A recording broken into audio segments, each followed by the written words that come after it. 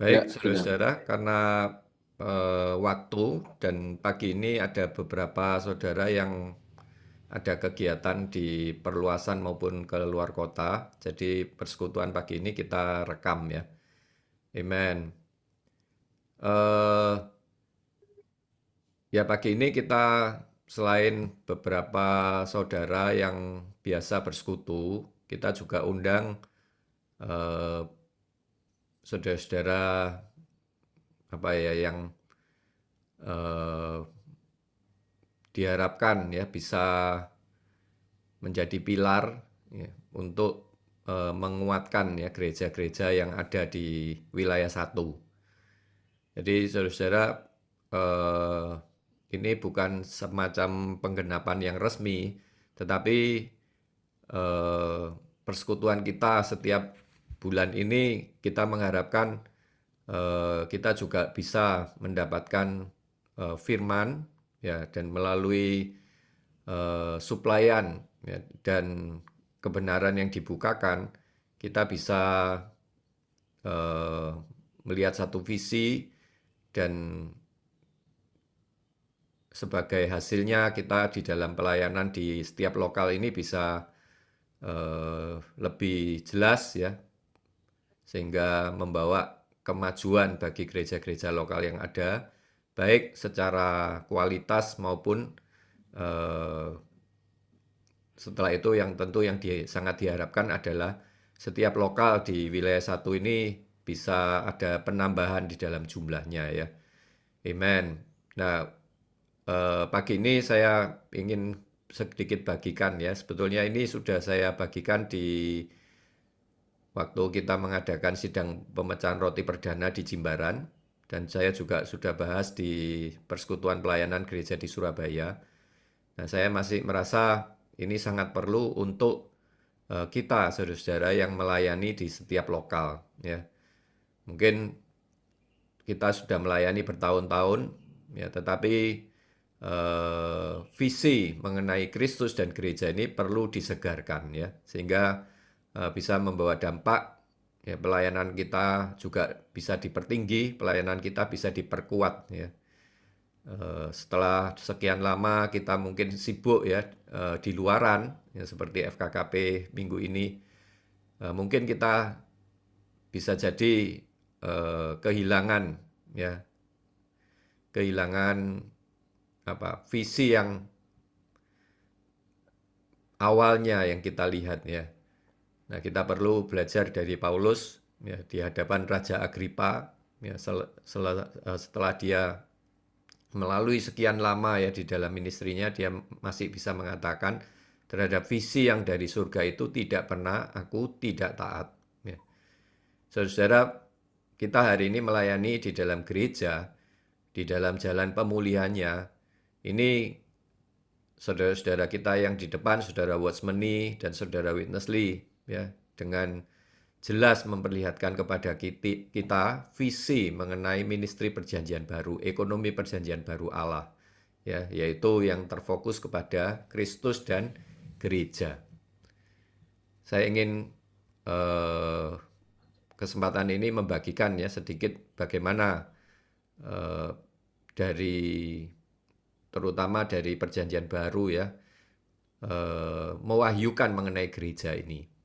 Nah, ketika kita belajar sesuatu kebenaran, kita perlu pertama yang kita perlu cari itu adalah dari mana sumbernya, ya.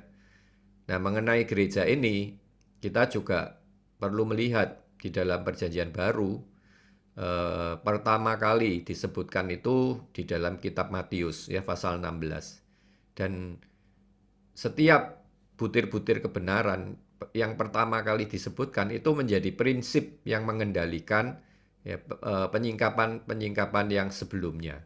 Ya, jadi kalau kita tidak mengerti jelas penyebutan pertama ini dan konteksnya, ya kita akan sulit memahami hakiki dari kebenaran itu selanjutnya. Ya. Jadi ayat yang kita doa ini ada bagian yang cukup panjang ya, hampir setengah pasal di Injil Matius pasal 16 dan ayat di pasal 18 ayat 15 sampai 20.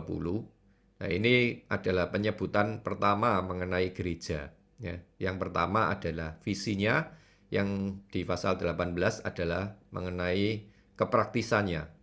Nah, tadi kita doa bacakan yang pasal 16 ayat 18. Mungkin kita bisa baca sekali lagi ya, dua ayat ini merupakan di dalam kitab Injil merupakan penyebutan pertama ya mengenai kata gereja ini ya. Kata gereja, saudara-saudara perlu ketahui, tidak pernah disebutkan di dalam Perjanjian Lama, sekalipun tidak ya. Jadi ya memang disebutkan jemaat ya, tetapi itu mengacu kepada kumpulan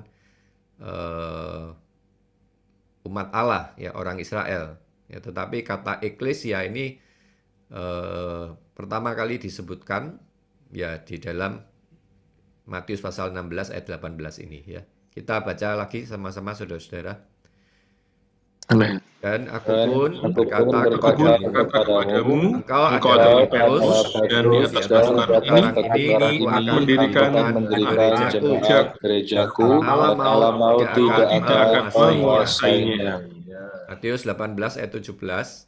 Jika ia tidak mau mendengarkan mereka, sampaikanlah soalnya kepada jemaat gereja, dan jika ia tidak mau juga mendengarkan gereja, Anggaplah dia sebagai seorang Allah atau seorang pemungut cukai. atau seorang pemungut cukai. Amen. Nah, di pasal 16 ayat 18 ini saudara-saudara, di sini kita tahu background-nya ya. Tuhan Yesus membawa murid-muridnya ke Kaisarea Filipi, ya, satu tempat yang Kaisarea ini di sana terdapat mata air ya, sumber mata air. Ya, jadi udaranya sejuk ya, di tempat yang lebih tinggi. Nah, di sana Tuhan bertanya kepada murid-muridnya dan Tuhan menyingkapkan ya wahyu yang sangat penting, yaitu mengenai gereja ini. Ya, tentu pertama-tama mewahyukan ya melalui pertanyaan mewahyukan mengenai siapakah Kristus ya, dan di atas dasar pertanyaan itu kemudian Tuhan mewahyukan mengenai gerejanya ya. Nah, jadi Tuhan bertanya pada murid-muridnya, menurut orang siapakah aku ini? Ya, ada yang menjawab, engkau adalah Elia, engkau adalah Yohanes Pembaptis. Lalu Tuhan bertanya, dan menurut kalian siapa aku ini? Ya, lalu Petrus menjawab, ya, engkau adalah Mesias, Anak Allah yang hidup. Nah, di ayat 18 inilah Tuhan berkata kepada Petrus, engkau adalah Petrus, dan di atas batu karang ini. Audionya itu masih tuh. Ya, saudara Markani. Ada satu. Saya nanti tak datin lagi.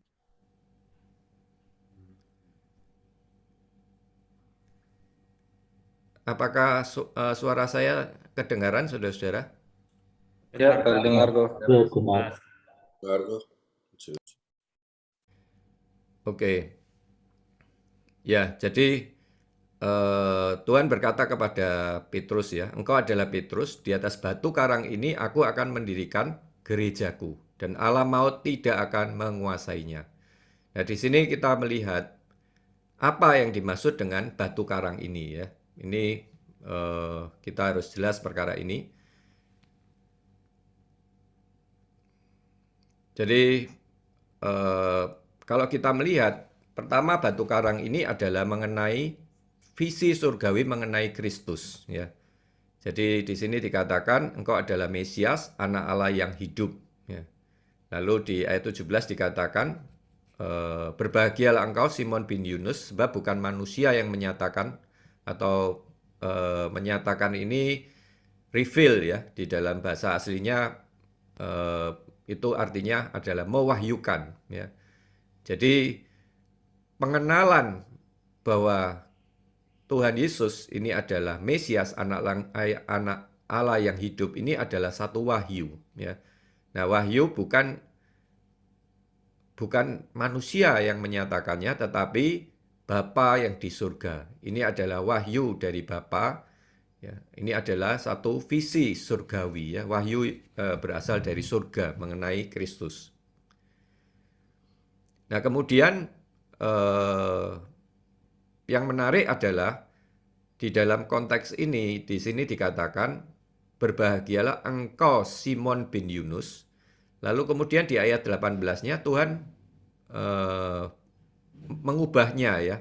Engkau adalah Petrus.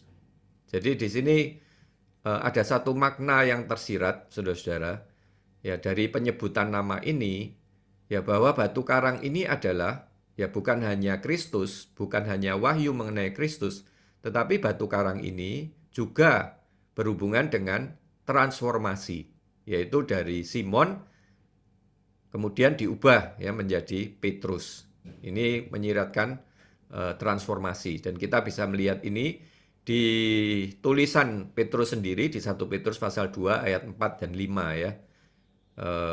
Ini ada kutipannya. Dan datanglah kepadanya, ya, nyanya ini adalah Kristus, batu yang hidup itu. Jadi di sini jelas ya, Alkitab menjelaskan, Alkitab ayat yang kita baca ini di 1 Petrus pasal 2 ayat 4 sampai 5 ini menjelaskan Matius pasal 16 ayat 18 tadi ya. Nah, batu yang hidup itu yang memang dibuang oleh manusia, tetapi dipilih dan dihormati di hadapan Allah. Nah, ini dibuang oleh manusia ini adalah berkaitan dengan kematiannya, dipilih dan dihormati Allah ini adalah di dalam kebangkitannya dia dijadikan Tuhan dan Kristus. Jadi saudara-saudara, perkara pengenalan ya mengenai Kristus sebagai batu ini sangat tinggi ya. Kemudian di ayat 5, dan biarlah kamu juga. Nah, ini kita baru lihat kaitannya saudara-saudara. Jadi kita perlu ada ayat ini 1 Petrus pasal 2 ini untuk membuka kunci ya, memahami Matius pasal 16 ayat 18. Di sini dikatakan dan biarlah kamu. Ya. Ketika mengatakan ini saya rasa Petrus ini mengingat perkataan Tuhan terhadap dirinya ya. Biarlah kamu juga dipergunakan sebagai batu hidup ya. Jadi dari Simon menjadi Petrus. Nah, Petrus inilah di dalam kesan Petrus adalah sebagai batu hidup ini ya. Untuk ya sebagai batu hidup untuk pembangunan suatu rumah rohani bagi suatu imamat kudus untuk mempersembahkan persembahan rohani yang karena Yesus Kristus berkenan kepada Allah.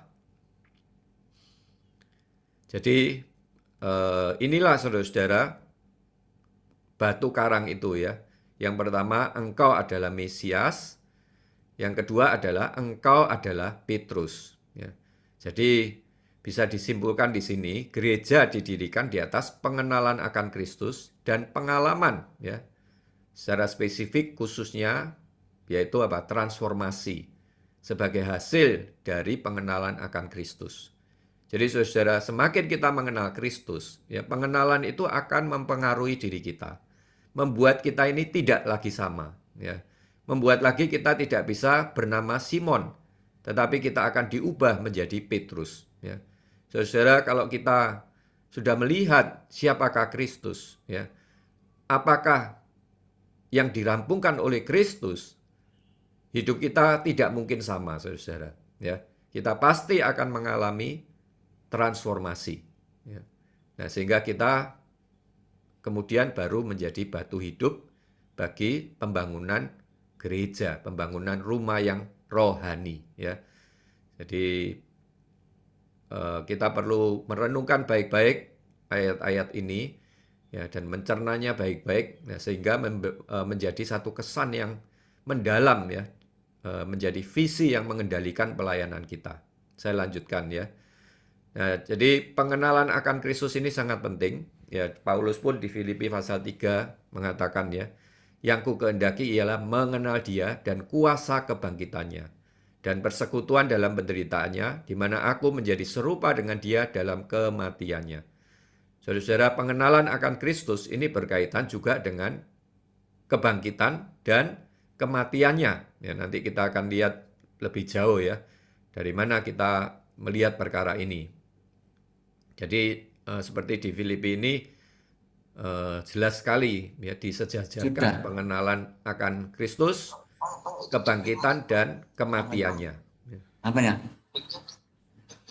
Apa? Sudah. Tolong di-mute ya, Saudara. Matius pasal 16 ayat 21 ya. Di sini kita bisa melihat Yesus menyatakan mengenai kematian dan kebangkitan ya. Sejak waktu itu Yesus mulai menyatakan pada murid-muridnya. Jadi setelah visi mengenai siapakah Kristus, dia adalah Mesias anak Allah yang hidup. Lalu Tuhan menyatakan mengenai bahwa dia akan dibunuh dan dibangkitkan pada hari yang ketiga. Jadi ini memberikan wahyu kepada kita bahwa gereja itu didirikan di atas visi mengenai Kristus dan di atas transformasi ya, sehingga menjadi batu. Tetapi penggenapannya di sisi Tuhan itu adalah melalui kematian dan kebangkitan. Ya. Kemudian kita juga melihat dari potongan berikutnya, ya setelah Tuhan mengatakan mengenai dia akan mati, bagi Petrus mungkin yang berkesan itu adalah dibunuhnya ini, saudara-saudara ya. Jadi bukan dibangkitkan pada hari yang ketiga ya. Yang ditangkap ini adalah wah Tuhan akan menderita, Tuhan akan dibunuh ya. Karena itulah berdasarkan sifat baiknya Petrus menyela ya, menarik Tuhan Yesus ke samping dan menegur ya. Bayangkan saudara-saudari, Petrus berani menegur Tuhan ya. Katanya, Tuhan kiranya engkau menjauhkan hal itu sekali-kali tak akan menimpa engkau.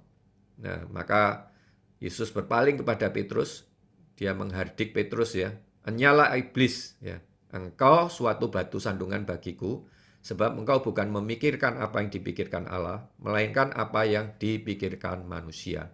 Jadi Tuhan menyatakan dia akan membangun gereja, tetapi jalannya adalah melalui kematian dan kebangkitan. Nah, di sini Petrus ya entah dia itu disusupi oleh pemikiran apa ya dari iblis ya, sehingga dia mengatakan sekali-kali hal itu tidak akan menimpa engkau. Ya, ini Tuhan mengatakan engkau adalah batu sandungan. Jadi saudara-saudara, ini menyiratkan pada kita bahwa batu sandungan bagi pembangunan gereja ya, dan hari ini juga tetap sama ya, itu adalah pikiran atau opini manusia, yaitu ekspresi dari ego. Ya. Setiap orang pasti mempunyai ego, ya, punya kepentingan diri. Entah kepentingan apa yang ada di atas Petrus. Mungkin dia selama ini sudah mengikuti Tuhan, ya, melihat banyak mujizat, melihat banyak mendapatkan banyak pengajaran. Dia merasakan kebersamaan dengan Tuhan itu satu mustika. Nah, kalau Tuhan mati, nah bagaimana nasibnya? Ya, nah atas dasar itu kemudian dia menegur Tuhan. Ya. Tetapi kita bisa melihat bahwa itu berasal dari pemikiran iblis, ya saudara. Itu adalah batu sandungan. Kemudian kita selanjutnya lihat, nah Tuhan menggunakan kesempatan itu untuk mewahyukan kepada murid-muridnya. Setiap orang yang mau mengikuti aku, ia harus menyangkal dirinya, memikul salibnya, dan mengikuti aku. Nah, ini adalah jalan penerapan di pihak kita. Jadi bukan hanya Tuhan, ya, untuk membangun, mendirikan gereja perlu melalui kematian dan kebangkitan, tetapi ya kita, supaya kita bisa menjadi batu yang hidup, kita pun perlu, di sini dikatakan apa? Mengikuti Tuhan, yaitu di pihak kita melalui penyangkalan diri, menyangkal diri, memikul salib, dan mengikuti Tuhan. Nah, ada yang menarik di sini saudara-saudara, kata mengikuti Tuhan ini diulang 2 kali ya. Nah, kita dalamin makna atau arti mengikuti Tuhan ini. Nah, kita jelaskan dengan Matius pasal 28 ayat 19, itu mengikuti Tuhan adalah menjadi murid, ya, menjadi murid Tuhan. Nah, ini sesuai dengan setelah Tuhan mati dan bangkit, ya, dia memerintahkan murid-muridnya ya, pergilah, jadikanlah semua bangsa muridku. Nah inilah saudara-saudara, hari ini kita melakukan perluasan, ya, mendirikan kesaksian Tuhan. Tujuannya adalah untuk menjadikan semua bangsa murid Tuhan. Ya. Artinya menjadi orang yang mengikuti Tuhan. Tapi tentu bukan mengikuti secara luaran ya. Oke, saya lanjutkan. Dan yang kedua adalah membaptis mereka. Nah ini juga satu yang penting, ya, yang berkaitan dengan yang tadi kita lihat ya. Baptisan ini dijelaskan di dalam Roma pasal 6 ayat 3 dan 5. Atau tidak tahukah kamu bahwa kita semua telah dibaptis dalam Kristus, ya, dibaptis dalam kematiannya. Jadi baptisan ini mengacu kita itu menjadi satu ya, di ayat 5 dikatakan menjadi satu dengan apa yang sama dengan kematiannya, kita juga akan menjadi satu dengan apa yang sama dengan kebangkitannya. Sekali lagi di sini kita melihat perkara kematian dan kebangkitan. Ya. Nah, jalannya adalah melalui dibaptis, saudara-saudara. Ya, tentu ini adalah satu lambang yang memiliki makna rohani. Ya, tetapi aplikasinya, ya kita tidak hanya sudah dibaptis saja, tetapi kita aplikasinya adalah kita harus setelah dibaptis itu artinya kita menjadi satu ya dengan kematian Kristus dan menjadi satu dengan kebangkitan Kristus. Jadi bukan hanya saat kita dibaptis ya, tetapi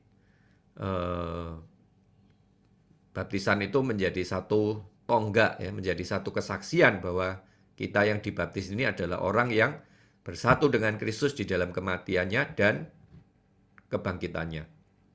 Lalu ajarlah di ini ya, baptislah mereka dalam nama Bapa, Anak dan Roh Kudus, dan ajarlah mereka melakukan segala sesuatu yang kuperintahkan kepadamu. Nah, mengenai ajarlah ini, Efesus pasal 4 ya, itu menjelaskan kepada kita. Tetapi kamu bukan demikian, kamu telah belajar Kristus ya. Ini terjemahan langsung di ayat 20 ya. Karena kamu telah mendengar tentang Dia dan menerima pengajaran di dalam Dia menurut realitas dalam Yesus. Jadi belajar Kristus ini bukan meniru ya, bukan meniru bagaimana Tuhan Yesus selama hidup di atas bumi, mengajar, memberitakan Injil, menyembuhkan orang, melakukan mukjizat, mengusir setan ya. Bukan secara luaran belajarnya itu, tetapi menurut realitas dalam Yesus. Nah, realitas ini apa? Tuhan Yesus ini di Yohanes dikatakan dia penuh, pasal 1 ya, dia penuh dengan anugerah dan realitas. Nah, realitasnya ini apa? Ya, realitas yang ada di dalam Yesus ini adalah di luarnya memang dia adalah seorang manusia, manusia biasa, manusia yang sempurna. Tetapi di dalamnya ada hayat ilahi. Dan dia hidup berdasarkan hayat ilahi. Itulah realitas ya, yang ada di dalam Yesus. Ya. Jadi saudara-saudara, hari ini kita belajar Kristus itu adalah menurut, ya, sesuai dengan realitas dalam Yesus. Yaitu menurut hayat Allah, ya, hayat ilahi yang ada di dalam diri kita. Sebagaimana Tuhan selama hidup di atas bumi, itu menyangkal dirinya, ya, tidak menuruti kehendaknya, ya, mengesampingkan kehendaknya, seperti kita lihat ya, terekspresi waktu Tuhan berdoa di Taman Getsemani. Ya. Jika memungkinkan, biarlah cawan ini berlalu dariku, tetapi bukan kehendakku, tetapi kehendak-Mu lah yang jadi. Jadi dia mengesampingkan kehendaknya sendiri. Ya. Dia mengambil kehendak Allah. Nah, itu berdasarkan di dalam keinsaniannya, dia tidak hidup berdasarkan kehendaknya sendiri, tetapi berdasarkan kehendak Allah. Ya, dia hidup, mutlak hidup berdasarkan hayat ilahinya. Ya. Nah, inilah penghidupan Tuhan. Nah, inilah yang kita perlu belajar ya dari Tuhan, saudara-saudara. Kalau kita mengatakan diri kita adalah murid Tuhan, diri kita adalah orang yang mengikuti Tuhan, kita perlu belajar ini. Ya. Nah, kemudian dilanjutkan di ayat 22, 23 ya, menanggalkan manusia lama, diperbarui di dalam roh pikiran, dan di ayat 24 mengenakan manusia baru. Ya. Ini menyiratkan yaitu tadi ya, melalui menerapkan salib dan kebangkitan. Lalu kita lanjutkan penjelasan Tuhan masih kepada murid-muridnya ya. Setiap orang yang mau mengikuti aku, ia harus menyangkal dirinya. Lalu dilanjutkan, karena barang siapa mau menyelamatkan nyawanya. Nah, di sini disinggung mengenai hayat jiwa ya. Ini terjemahan aslinya. Menyelamatkan hayat jiwa, ia akan kehilangan hayat jiwa. Tetapi barang siapa kehilangan hayat jiwa karena aku, karena Tuhan, ia akan memperolehnya. Nah, di sini Tuhan menjelaskan ya mengenai pahala mengikuti Dia, yaitu memperoleh keselamatan jiwa. Nah, di 1 Petrus pasal 1 ayat 5, 9 dan 10 itu dijelaskan mengenai keselamatan jiwa ini, Saudara-saudara. Di sana dikatakan, Petrus mengatakan keselamatan jiwa ini adalah yang telah tersedia untuk dinyatakan pada akhir zaman. Ya. Jadi ini adalah perkara akhir zaman. Kemudian ini adalah tujuan iman. Ya. Dan juga di ayat 10 dikatakan ini diselidiki dan diteliti oleh nabi-nabi. Artinya ini adalah sesuatu yang didambakan oleh para nabi di dalam perjanjian lama. Tetapi mereka tidak mendapatkan penggenapannya di dalam masa hidup mereka. Nah, ini adalah satu janji ya, yang akan dinyatakan pada akhir zaman. Dan ini adalah tujuan iman. Ya, bukan hanya kita, kaum beriman di dalam perjanjian baru saja, tetapi bahkan para nabi di dalam perjanjian lama juga sudah melihat, menyelidiki, meneliti perkara bagaimana diselamatkan jiwanya ini. Ya. Dan kita lanjutkan kepada bagian berikutnya di ayat 18 ya, khususnya bagian bawahnya, dan ayat 19 ya. Di sana ada tambahan, ya, bukan tambahan ya, ini juga adalah satu bagian yang terintegrasi. Dikatakan di sana Tuhan mendirikan gereja dan kemudian alam maut tidak akan menguasainya. Ya. Lalu Tuhan berkata, kepadamu kuberikan kunci kerajaan surga. Apa yang kau ikat di dunia ini terikat di surga, dan apa yang kau lepaskan di dunia ini terlepas di surga. Jadi ini mengacu kepada gereja yang didirikan ini mengemban ya, satu atau melaksanakan satu otoritas kerajaan surga. Jadi saudara-saudara, ini sangat penting ya kita melihat. Ya, apakah hari ini di satu lokal ya, otoritas surgawi itu bisa ditegakkan? Apakah ada otoritas surgawi di dalam penghidupan gereja? Ini sangat penting ya. Gereja ada ya, bukan hanya kumpulan orang ya, kumpulan orang beriman ya. Gereja ada bukan hanya untuk bersosialisasi. Gereja ada tujuannya adalah untuk melaksanakan otoritas surgawi ya. Nah, ini membawa kita ya kepada ministry doa gereja, saudara-saudara. Matius 18:18 di sana ini sama ya, apa yang Tuhan katakan di dalam Matius 16:19 ini dikatakan lagi di pasal 18 ayat 18. Apa yang kamu ikat di dunia akan terikat di surga, apa yang kamu lepaskan di dunia terlepas di surga. Ya. Lalu jalannya adalah melalui dua orang ya, sepakat meminta apapun juga, maka itu akan dikabulkan oleh Bapakku di surga. Lalu ditegaskan lagi, 2 atau 3 orang berkumpul dalam namaku, aku ada di tengah-tengah mereka. Saudara, bagaimana dengan doa gereja ya di lokal kita? Ya, apakah doa-doa gereja ini sudah melaksanakan ya, kuasa yang atau otoritas yang sedemikian? Di buku Ministry Doa Gereja, saudara, ini jelas sekali banyak yang kita perlu doakan. Ya. Injil ya, adalah doa peperangan. Itu perlu doa yang mengikat dan melepaskan. Ya, kita perlu mengikat orang kuat, ya, melepaskan tawanan-tawanan dosanya. Ya. Pelepasan firman, ya, kebenaran firman, ya, perlu didoakan. Ya. Gereja, ya, perluasan kesaksian Tuhan, perlu didoakan. Banyak hal, ya, kekuatan-kekuatan di angkasa itu menghalang-halangi ya, semua yang berkaitan dengan kerajaan Allah. Karena itu, ya, doa gereja, doa otoritas ini sangat penting.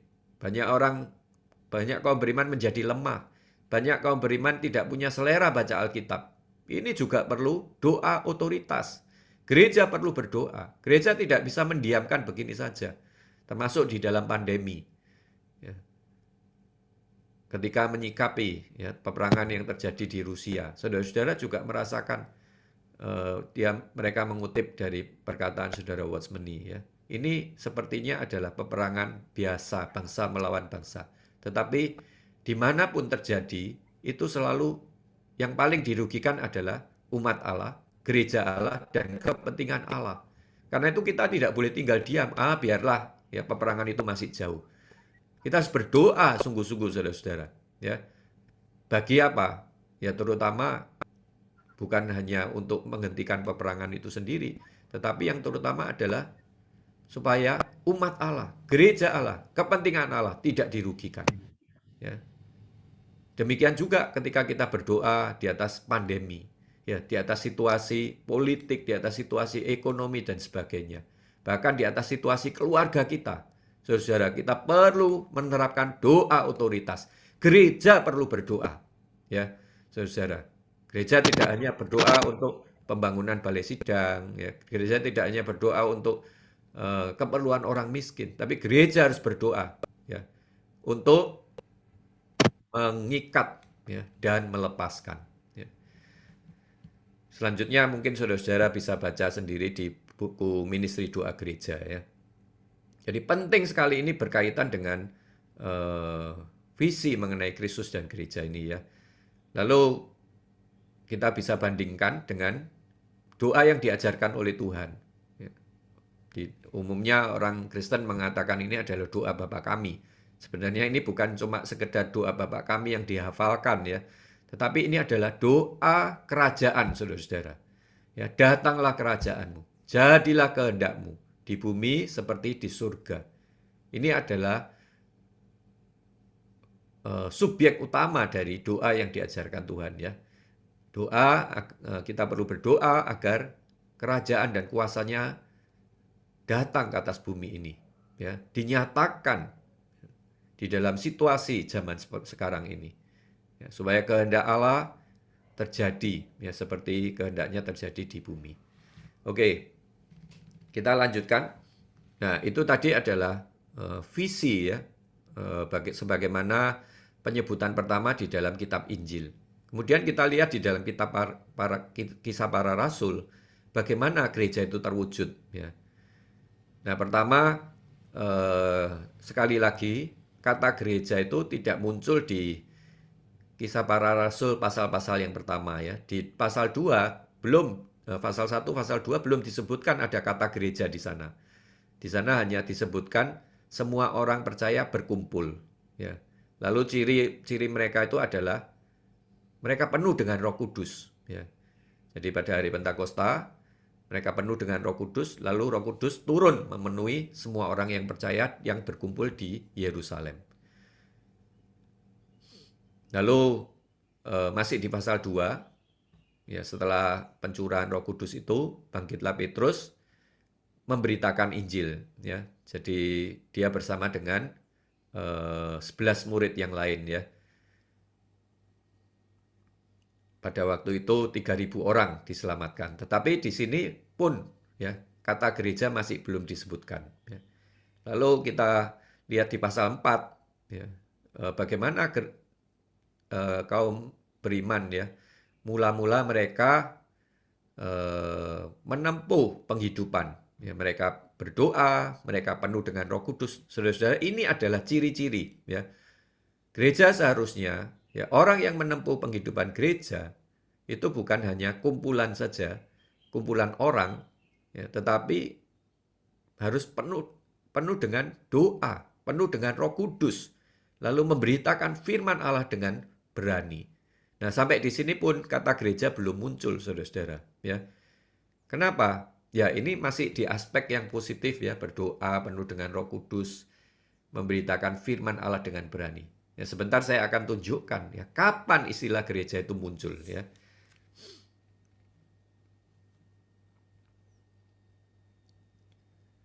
Nah, di pasal 5 ya, kata gereja itu baru muncul.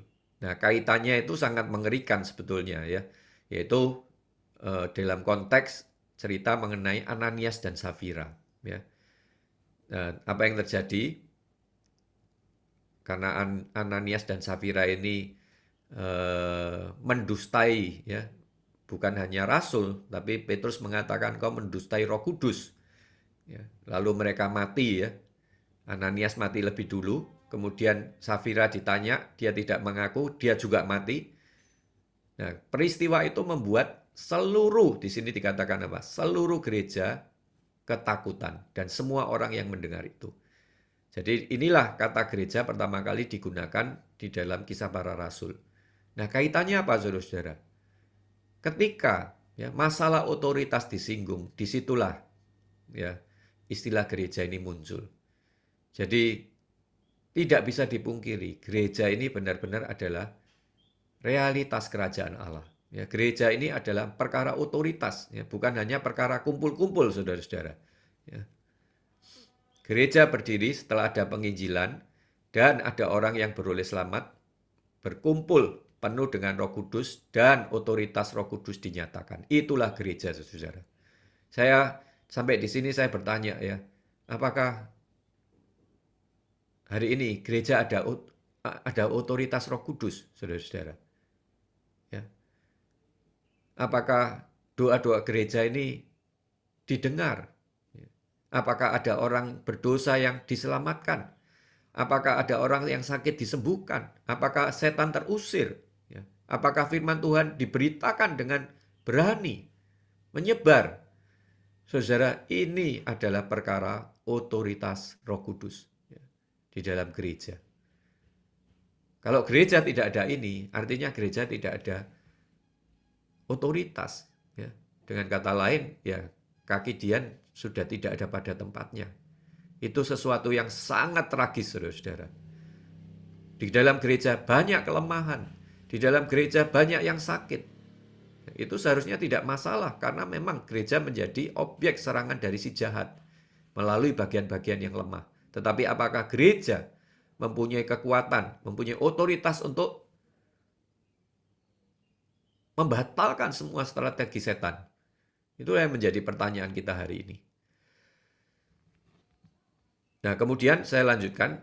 Jadi pasal 5 kata gereja pertama kali disebutkan. Kemudian di pasal 8 di sana juga disebutkan sekali lagi, tetapi di dalam konteks yang berbeda. Karena di pasal 8 ini ayat 1 dikatakan jemaat di Yerusalem. Nah, ini adalah penyebutan pertama, lokal pertama yang disebutkan di dalam Alkitab, saudara-saudara. Mungkin kita baca ayat ini puluhan kali ya, tapi kita tidak berkesan. Kita seringkali kalau membicarakan gereja lokal ya kitab Wahyu pasal 2 dan 3. Tetapi kalau kita melihat di sini jelas sekali ya, gereja di Yerusalem ini mengacu pada gereja lokal yang pertama. Nah, mengapa baru pasal 8 disebutkan?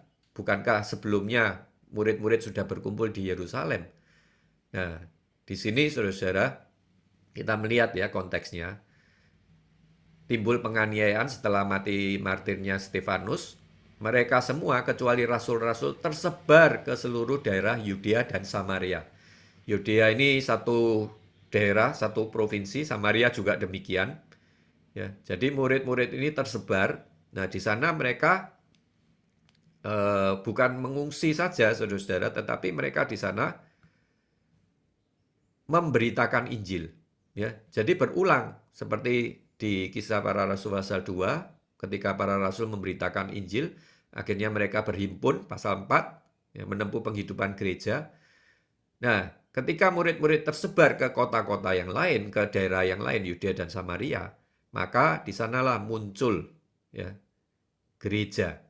Nah, karena sekarang sudah banyak gereja, maka disitulah muncul sebutan gereja di Yerusalem.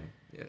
Jadi disinilah kita melihat ya, tadinya hanya disebut gereja saja karena gereja hanya satu ya, tetapi kemudian setelah gereja tersebar di setiap tempat ada gereja, maka muncullah satu identifikasi. Oh, ini gereja di Yerusalem. Oh, ini gereja di Yudea.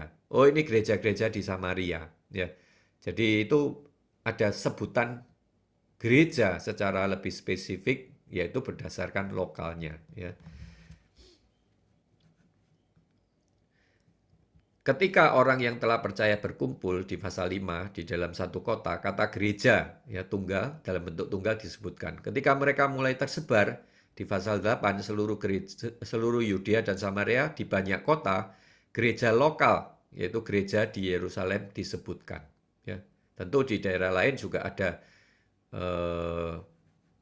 gereja-gereja ya, tetapi tidak disebutkan lokalnya itu mana.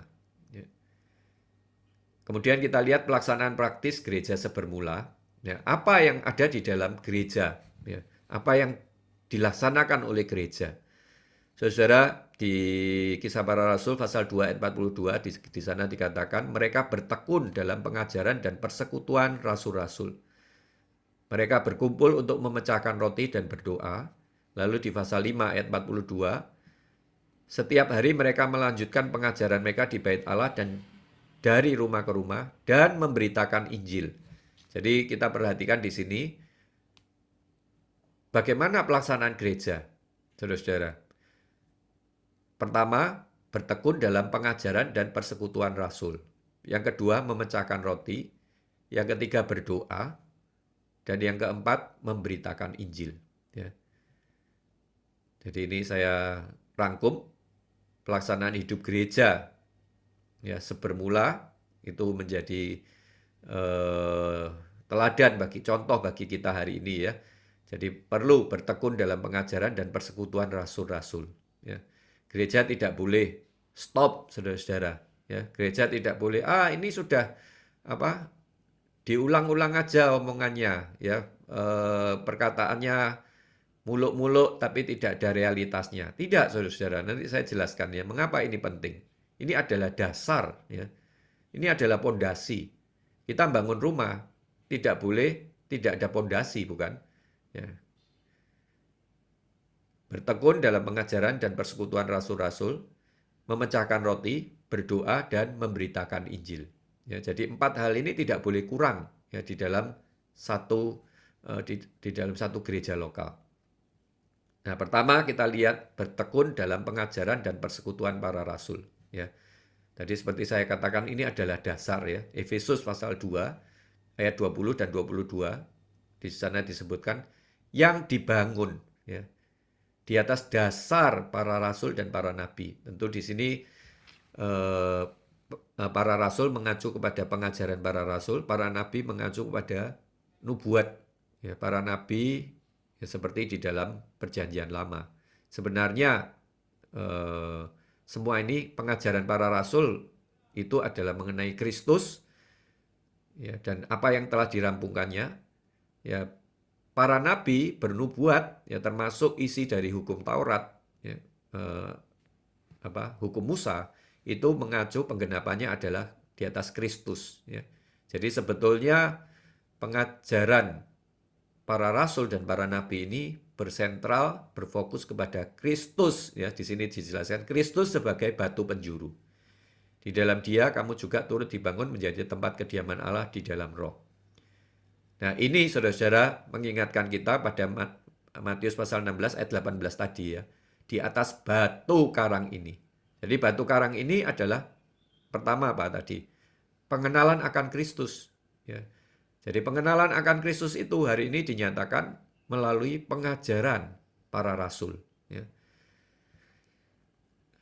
Ini menjelaskan mengenai pengajaran. Lalu kita lihat lagi di pasal Wahyu pasal 21 ya. Bahkan ya, kota Yerusalem baru, temboknya itu mempunyai 12 batu dasar. Nah, 12 di sini dijelaskan secara spesifik. Di atasnya tertulis ke-12 nama 12 rasul. Ini menunjukkan bahwa Yerusalem baru pun dibangun di atas para rasul ya, yaitu pengajaran para rasul. Lalu apa arti persekutuan rasul? Nah, ini tentu memerlukan pemahaman yang lebih dalam. 1 Yohanes pasal 1 ayat 3 dikatakan ya. Apa yang kami lihat dan kami dengar itu kami beritakan kepada kamu juga, supaya kamu beroleh persekutuan dengan kami. Ya, inilah persekutuan para rasul, saudara-saudara. Dan persekutuan kami adalah persekutuan dengan Bapa dan dengan anaknya Yesus Kristus. Jadi ini bukan hanya pengajaran yang disampaikan oleh para rasul secara turun-temurun, tetapi di dalamnya itu ada satu persekutuan, ada satu aliran, ya, ada satu dispensi, timbal balik. Ya. Nah, di 1 Korintus, ya, Paulus juga mengatakan pasal 1 ayat 9, Allah yang memanggil kamu kepada persekutuan dengan anaknya Yesus Kristus, Tuhan kita adalah setia. Jadi saudara-saudara, kita bukan hanya menjadi murid lalu diajar seperti di sekolahan, ya, tetapi kita juga telah dipanggil masuk ke dalam persekutuan para rasul. Ya. Ketika kita masuk dalam persekutuan para rasul, di dalamnya ada aliran. Saudara-saudara, inilah yang saya ingin tegaskan. Mengapa hari ini kita mengapresiasi, ya, bukan memuja, bukan menyembah pengajaran Watchmeni dan Witness-Lee, ya. Tetapi yang jelas kita mengapresiasi pengajaran mereka. Mengapa? Karena pengajaran mereka, ministry mereka membawa kita mengenal pengajaran para rasul. Dan lebih jauh lagi membawa kita memasuki persekutuan para rasul. Apa yang mereka ajarkan kepada kita itu berbeda, ya, mutlak berbeda dengan pengajaran-pengajaran umumnya di dalam sekolah teologi manapun, ya, di dalam aliran apapun yang membawa perpecahan dan perpecahan, ya, bukan membawa pembangunan.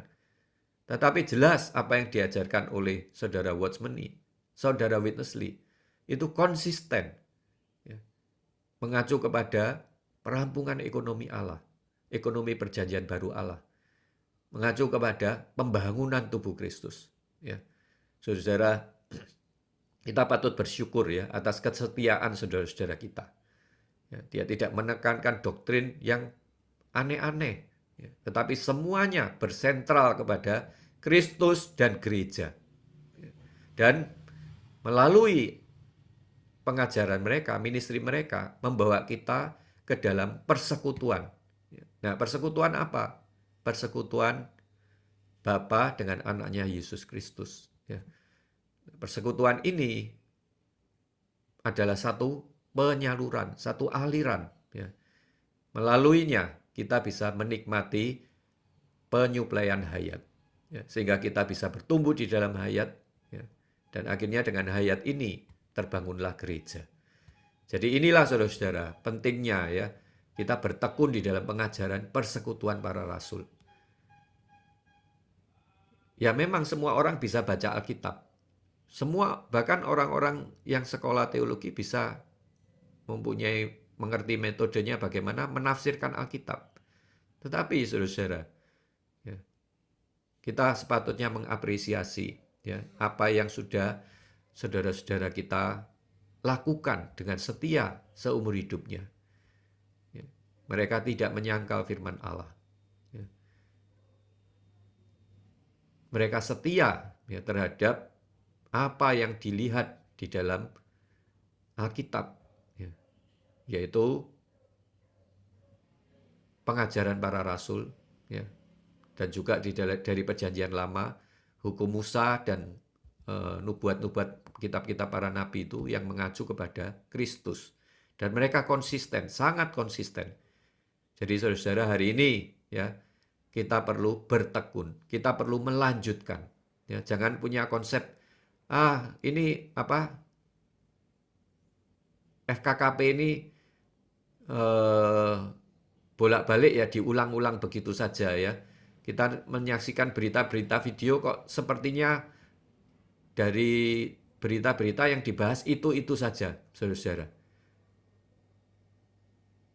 Sikap yang demikian, ya, pemikiran yang demikian kita perlu sisihkan. Ya. Kita perlu merendahkan diri, belajar, ya. Belajar sekali lagi demi sekali lagi. Itulah artinya bertekun. Di dalam Kisah Para Rasul, setiap hari mereka bertekun. Ya. Mereka tidak hanya mendengar para rasul berbicara di bait Allah, pulang ke rumah mereka mengulangi lagi apa yang mereka dengarkan. Saudara, hari ini ya kita mau menguatkan gereja, menguatkan penghidupan gereja. Tidak boleh kurang. Ya, setiap kaum saleh harus mengenal Kristus, harus mengenal ya, gereja. Gereja yang dihasilkan dari pengenalan akan Kristus. Kalau pengenalan akan Kristus, apa yang dirampungkan oleh Kristus, ya, apa yang dicapai oleh Kristus ini kurang, maka di sana-sini penghidupan gereja pasti ada banyak masalah. Ya. Masalah yang sesungguhnya dalam penghidupan gereja adalah karena kurang mengenal Kristus dan kurang mengalami Kristus di atas pengenalan itu. Jadi ini satu hal yang sangat penting, saudara-saudara ya. Ini adalah dasar, sekali lagi, ini adalah pondasi. Kita mau kaum saleh bertumbuh di dalam hayat. Pondasinya apa? Ya, pengenalan akan Kristus. Kita mau kaum saleh memberitakan Injil. Pondasinya apa? Ya, pengenalan akan Kristus. Kalau mereka tidak mengenal keselamatan yang dirampungkan oleh Kristus, ya mereka tidak ada beban terhadap Injil. Tidak ada pikiran bagaimana keselamatan orang lain. Ya. Gereja mau berdoa dengan kuat kuasa, tapi tidak mengenal Kristus. Bahwa Kristus ini tidak hanya sudah mati dan bangkit, tetapi Kristus ini sudah naik. Ya. Dia menjadi Tuhan dan Kristus di dalam kenaikannya. Dia duduk di atas tahta Allah di surga. Nah, tanpa pengenalan yang demikian, ya kita tidak punya kekuatan untuk melaksanakan doa otoritas. Ya. Jadi ini adalah dasar, saudara-saudara. Kemudian yang kedua adalah memecahkan roti. Ya, ini juga sangat penting. Ya, ada dua aspek yang kita lihat diwahyukan di dalam Perjanjian Baru mengenai pemecahan roti. Selain ini adalah perintah langsung dari Tuhan, ya, yaitu untuk mengingat akan Dia. Nah, dari 1 Korintus pasal 10 dan 11 kita melihat ada aspek yang lain lagi, yaitu aspek persekutuan dengan tubuh Kristus. Ya. Jadi ini adalah peringatan. Aspek pertamanya, aspek kedua adalah kesaksian. Ya. Kemudian yang ketiga, tadi saya sudah jelaskan, gereja perlu berdoa. Dan yang keempat, gereja perlu memberitakan Injil. Nah, di aspek pemecahan roti, saudara-saudara, saya mungkin singgung sedikit ya. Dua aspek ini. Yang aspek yang pertama, ini di buku pembinaan dasar ya, pemecahan roti atau memecahkan roti. Di situ terjemahannya itu agak samar, saudara-saudara ya, karena sama-sama diterjemahkan sebagai perjamuan. Yang satu perjamuan malam Tuhan, yang satu lagi diterjemahkan perjamuan Tuhan. Nah, yang betul kalau kita lihat dari bahasa Inggrisnya itu yang pertama itu adalah perjamuan malam Tuhan, Lord's Supper ya. Perjamuan malam Tuhan. Nah, sedangkan yang kedua adalah Lord's Table, artinya meja Tuhan. Ya, ini sebutannya berbeda, pengertiannya berbeda ya. Perjamuan malam Tuhan ini fokusnya adalah peringatan akan Tuhan. Ini adalah seperti yang Tuhan pesankan ya.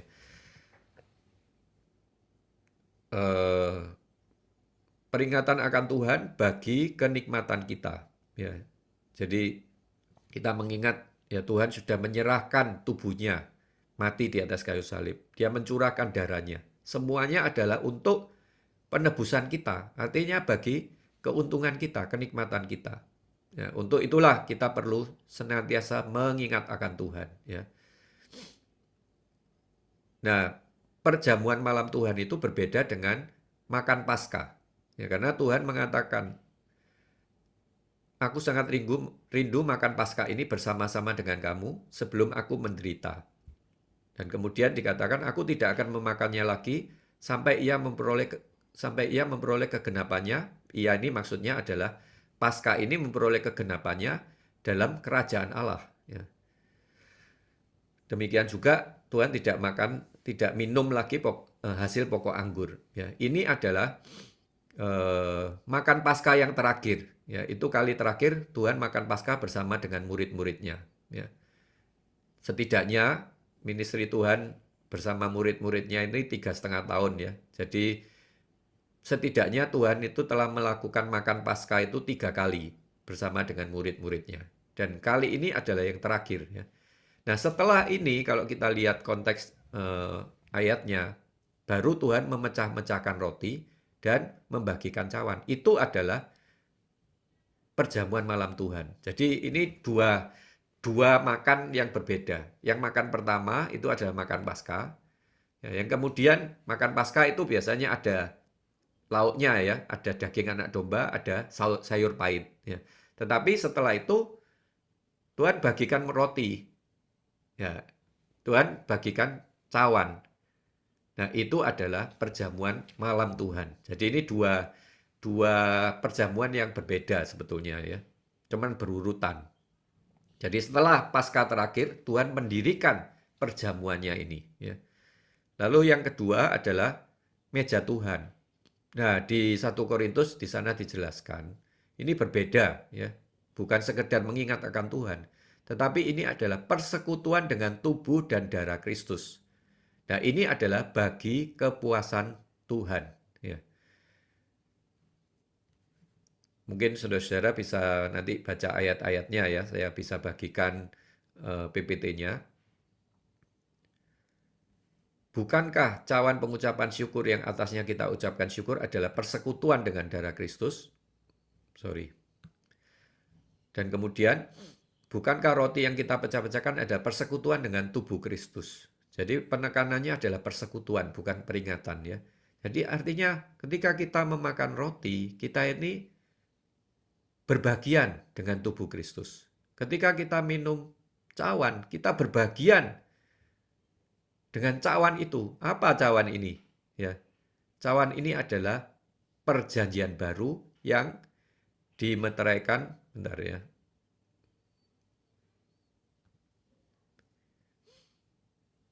Oke, nanti kita lihat penjelasannya. Ya.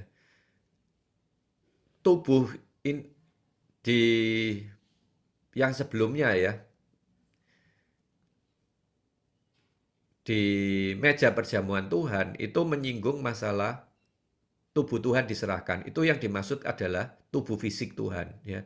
Nah, sedangkan di 1 Korintus 10, persekutuan dengan tubuh Kristus itu adalah bukan tubuh fisiknya, tetapi adalah tubuh mistikalnya, ya, yaitu mengacu pada gereja. Jadi yang diserahkan itu adalah tubuh fisik Tuhan. Nah, sedangkan yang kita berbagian di dalam persekutuan dengannya itu adalah tubuh Kristus yang mengacu pada gerejanya. Ya. Nah, demikian juga dengan darah, ya, tubuh fisik Tuhan diserahkan di atas kayu salib. Karena itu di sini di pasal 11, 1 Korintus pasal 11 ada peringatan ya. Setiap kali kamu memakan roti ini dan minum cawan ini, kamu memberitakan kematian Tuhan. Lalu di ayat 27, jadi barang siapa dengan cara tidak layak, ia berdosa terhadap tubuh dan darah Tuhan. Karena itu hendaklah tiap-tiap orang menguji dirinya sendiri. Jadi di sini terhadap tubuh fisik Tuhan, itu kita tidak boleh mengambil darah dan tubuh Tuhan dengan ceroboh. Sebaliknya kita harus sadar bahwa tanda-tanda di atas meja ini menandakan darah dan tubuh Tuhan yang mustika. Kemudian kita harus bertanya pada diri kita sendiri apakah kita hidup dan berperilaku dengan cara yang membuat kita layak makan perjamuan ini. Ya. Jadi ini mengacu pada setelah kita ditebus, ya kita seharusnya menempuh satu penghidupan yang tidak berdosa. Ya. Penghidupan roti tidak beragi. Ya, baru kita layak untuk makan roti dan minum cawan. Ya. Nah, tetapi di aspek yang kedua berkaitan dengan tubuh mistikal Tuhan, di sini ada peringatan juga, karena barang siapa makan dan minum tanpa mengakui atau membedakan tubuh, di ayat di bawahnya dikatakan ia mendatangkan hukuman. Ya, ini berbeda dengan tadi. Yang tadi berkaitan dengan penghidupan yang suci, penghidupan yang kudus. Nah, yang kedua ini berkaitan dengan mengakui tubuh Tuhan. Ya. Nah, konsekuensinya ini lebih serius. Di sini dikatakan apa? Sebab itu banyak di antara kamu yang lemah, sakit, dan meninggal. Ya, di sini ada peringatannya. Ketika kita mengambil bagian dalam meja Tuhan, kita harus membedakan apakah roti di atas meja menyatakan tubuh Kristus yang unik itu, atau perpecahan manusia manapun, denominasi manapun. Karena itu kita telah membedakan, karena kita telah membedakan tubuh Kristus, maka kita tidak seharusnya mengambil bagian dalam roti perpecahan apapun, atau disertai roh perpecahan apapun. Partisipasi kita di dalam meja Tuhan haruslah merupakan persekutuan yang unik dari tubuhnya yang unik, tanpa perpecahan apapun, baik dalam pelaksanaan maupun dalam roh. Saudara-saudara, ini sangat penting, ya. Ini sangat penting. Jadi, termasuk ketika kita mau mendirikan sebuah kesaksian pemecahan roti di satu tempat yang baru, ya. Kita harus meneliti. Saudara Wasmeni di buku Penghidupan Gereja Kristen yang Normal, dia memberitahukan, ya, ketika kita datang satu tempat, kita harus meneliti, mencari apakah di tempat itu, di kota itu sudah ada sekelompok orang yang melakukan, ya, berdiri bagi kesaksian keesaan Tuhan di atas lokal itu. Ya. Artinya, ya, kita juga perlu melihat, ya, apakah ada kelompok yang memecahkan roti, menempuh penghidupan gereja, ya, berdasarkan keesaan. Ya. Nah, kalau ada, berarti kita harus bergabung dengan mereka. Tetapi kita harus membedakan, apakah mereka mendirikan pemecahan roti atau perjamuan kudus, apapun istilahnya, itu di atas dasar keesaan. Ya. Jadi saudara-saudara, kalau mereka itu bagian dari sekte, ya kita tidak boleh berbagian. Ya. Baik secara pelaksanaan maupun rohnya. Ya. Kalau kita datang ke kumpulan kaum beriman di sana, tapi rohnya itu tidak bisa nyambung, ya. Entah bagaimana roh tidak bisa tembus. Nah, itu berarti ada masalah, saudara-saudara. Ya. Jadi, apakah mereka itu berkaitan dengan denominasi tertentu atau mandiri, ya. Banyak free group yang juga melakukan pemecahan roti. Tapi kalau mereka tidak di atas dasar tumpuan keesaan yang unik, ya, keesaan yang universal maupun keesaan di atas tumpuan lokal, saudara-saudara, kita tidak boleh berbagian di dalam pemecahan roti itu. Ya. Termasuk waktu kemarin saya ke Denpasar, saudara-saudara bersekutu, ya.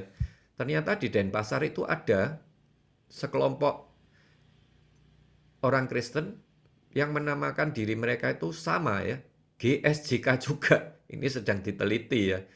Ada GSJK mana lagi? Namanya sama, ya.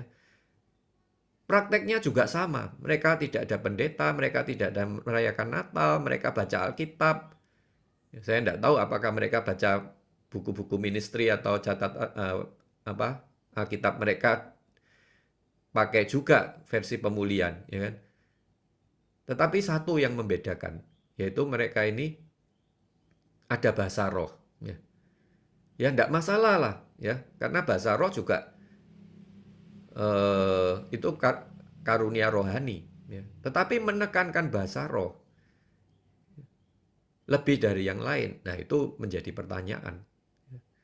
Nah, kemudian kalau kita lihat, ya mereka ada pemecahan roti. Nah, kita datang. Apakah kita boleh berbagian, saudara-saudara? Kita harus teliti lebih dulu. Apakah mereka ini di dalam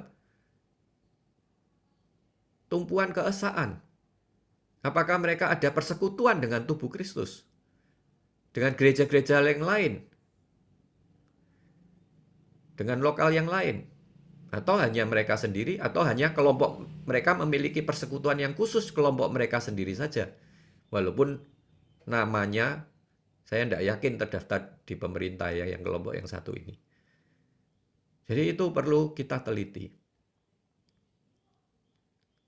Nah, satu hal lagi, ya, kalau ada satu kelompok, ya, dia perluasan ke satu lokal.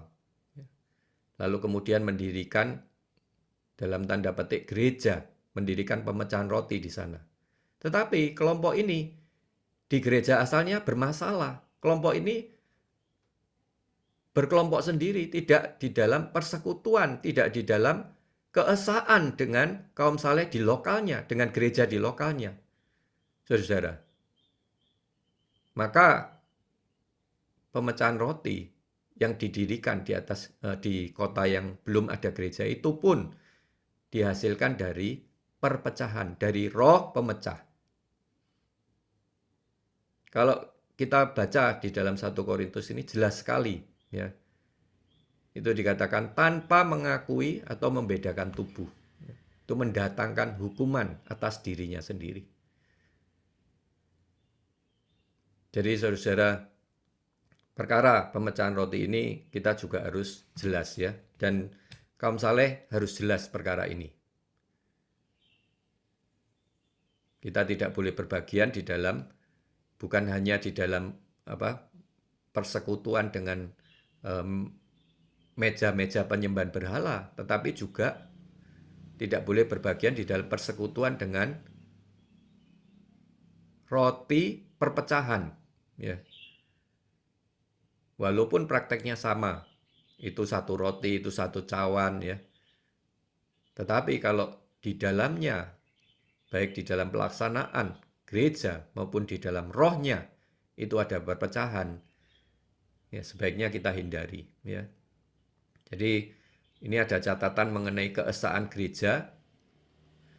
Saya rasa saya tidak ada waktu untuk membahasnya, ya. Tetapi keesaan gereja itu secara praktis mengacu pada gereja lokal.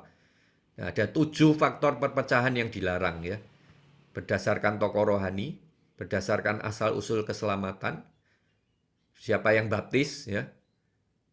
Siapa yang menjadi gembalanya dalam tanda petik. Nah, ini ada saudara-saudara, ya. Bahkan di tengah-tengah kita, ya, dulu gereja itu dulu yang merintis si A, ya. Yang pertama kali memberitakan si A. Jadi gembalanya adalah itu. Lalu tidak bisa menerima persekutuan dengan gereja-gereja yang lain. Nah, ini membuat satu perpecahan, ya, walaupun tidak secara terang-terangan, tetapi itu menjadi satu sekatan, ya. Jadi itu adalah asal-usul keselamatan. Itu membawa golongan-golongan. Aku golongannya Apolos kok, ya. Aku bukan golongannya Petrus, Kefas, ya. Aku golongannya Paulus, ya. Saudara, tidak boleh ada demikian. Ya, bahkan tidak boleh ada golongan Kristus. Aku netral, aku tidak memihak si A, si B, ya. Aku netral, aku golongan Kristus. Itu juga tidak boleh, ya. Kita jelas di 1 Korintus pasal 1 ini, ya. Lalu perbedaan doktrin, etnis, kebangsaan, ya, status sosial. Lalu yang ketujuh, ini penting, kondisi rohani para pemenang dalam gereja, ya. Saya bacakan saja saudara-saudara. Ruang lingkup gereja adalah lokal. Manusia tak boleh memecah belahnya dengan alasan apapun. Tetapi bila kerohanian saudara-saudari di sebuah gereja lokal lesu dan hambar, bagaimana sikap kita? Bolehkah beberapa orang yang kerohaniannya agak baik menghimpun 3 atau 5 orang, lalu bersidang bahkan mendirikan kelompok lain? Jawaban Alkitab, tidak boleh. Allah hanya mengizinkan kita mendirikan gereja menurut lokalitas.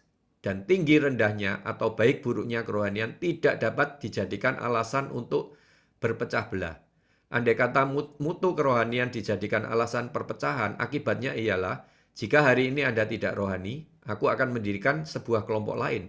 Jika besok aku tidak rohani, dia pun akan mendirikan sebuah kelompok lain. Akibatnya tidak lama kemudian akan berdiri entah berapa banyak kelompok denominasi atau sekte, ya.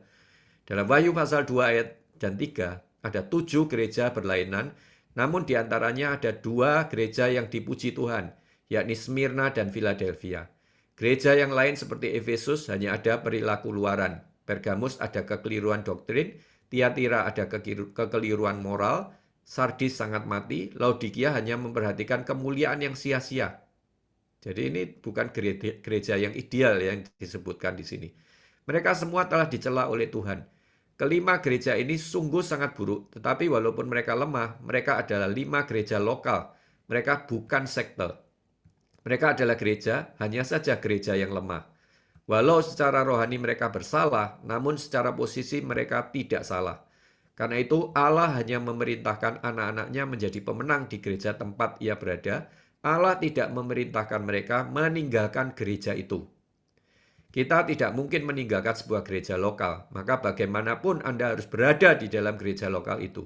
Jika dapat, Anda harus dengan kekuatan doa membangunkan seluruh gereja itu. Jika Anda tak berdaya mengubah seluruh gereja itu, maka Anda harus menjadi pemenang di dalamnya. Anda harus memelihara kebersihan, kemurnian pribadi Anda di hadapan Tuhan. Jika tidak, lebih baik Anda pindah ke tempat lain. Anda seharusnya meninggalkan sekte sebab Alkitab menghukum sekte. Tetapi Alkitab selamanya tak pernah memerintahkan Anda meninggalkan gereja lokal.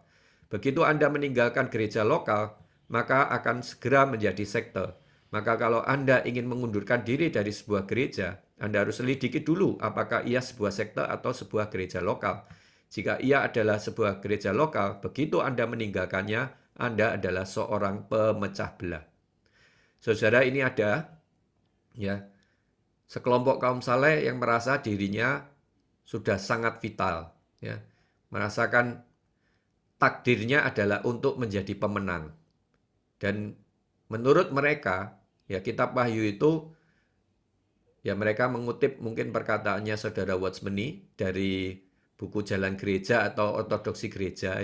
Ini bukan lagi eranya gereja lokal.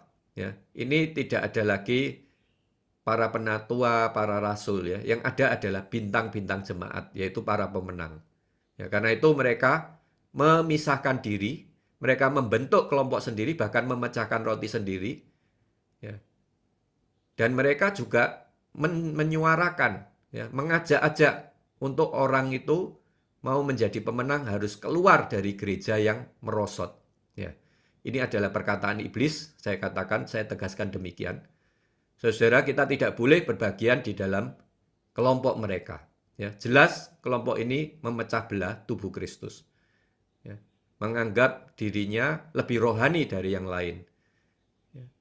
Nah, ini kehidupan gereja Kristen yang normal, Saudara Watchmeni di sini menegaskan.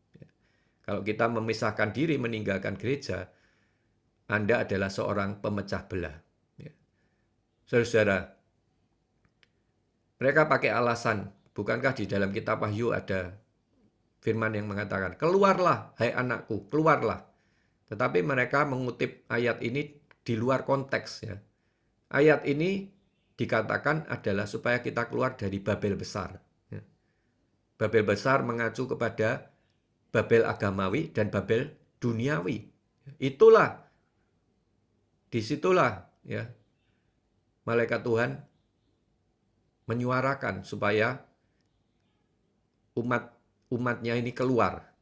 Tetapi Tuhan tidak memerintahkan atau tidak memanggil keluar kaum beriman dari gereja. Sekalipun gereja itu adalah gereja seperti tadi disebutkan, Laodikia, Sardis. Saudara, semoga kita jelas, dan kita juga membawa kaum saleh jelas dalam perkara ini. Sedikit penjelasan mengenai cawan. Cawan ini adalah perjanjian baru, yang dimeteraikan dari darah Tuhan. Jadi di sini ada hubungan perjamuan malam Tuhan dan meja Tuhan. Walaupun ada dua penyebutan berbeda, tapi ada hubungannya. Perjamuan malam Tuhan ini berfungsi sebagai satu peringatan bahwa kita hidup di bumi bagi kepuasan Tuhan. Maka perjamuan malam mengingatkan kita untuk mendapatkan satu kehidupan di dalam gereja yang mendatangkan kerajaan bagi kepuasan Tuhan Yesus. Karena itu meja Tuhan adalah satu kepuasan bagi Tuhan dalam hubungannya dengan kerajaan dan dengan pemerintahan Allah. Tiap kali kita memecahkan roti, mengingatkan kita bahwa kita perlu menempuh kehidupan gereja yang mendatangkan kerajaan bagi kepuasan Tuhan. Peringatan akan Tuhan menghubungkan dua kedatangannya. Sidang pemecahan roti menjadi jembatan waktu antara kedatangan Tuhan pertama sampai kedatangannya kembali. Ya. Kedatangannya kali pertama, dia menyerahkan tubuhnya untuk menggenapkan penebusan yang al-muhid demi menghasilkan gereja. Sekarang bagi kedatangannya kali kedua, gereja bekerja sama dengan ministry surgawinya untuk merampungkan pembangunan tubuh Kristus sebagai satu manusia baru, mempersiapkan mempelai perempuan, dan mendatangkan kerajaannya. Dengan memecahkan roti berarti kita mengingat akan Tuhan dan memberitakan kematian Tuhan sampai dia datang kembali. Yang kedua, tinggal di dalam persekutuan bagi kesaksian tubuh Kristus. Amen.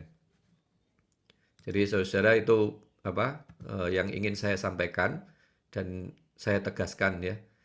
Jadi terutama kita harus melihat dengan jelas apakah gereja ya seperti yang diwahyukan baik di dalam Injil. Pertama kali Tuhan menyebutkan yang mengenai bagaimana gereja didirikan, kemudian pelaksanaannya di dalam Kisah Para Rasul, dan kita perlu menjaga keesaan ya, di dalam pelaksanaannya maupun di dalam rohnya ya. Nah ini perlu kita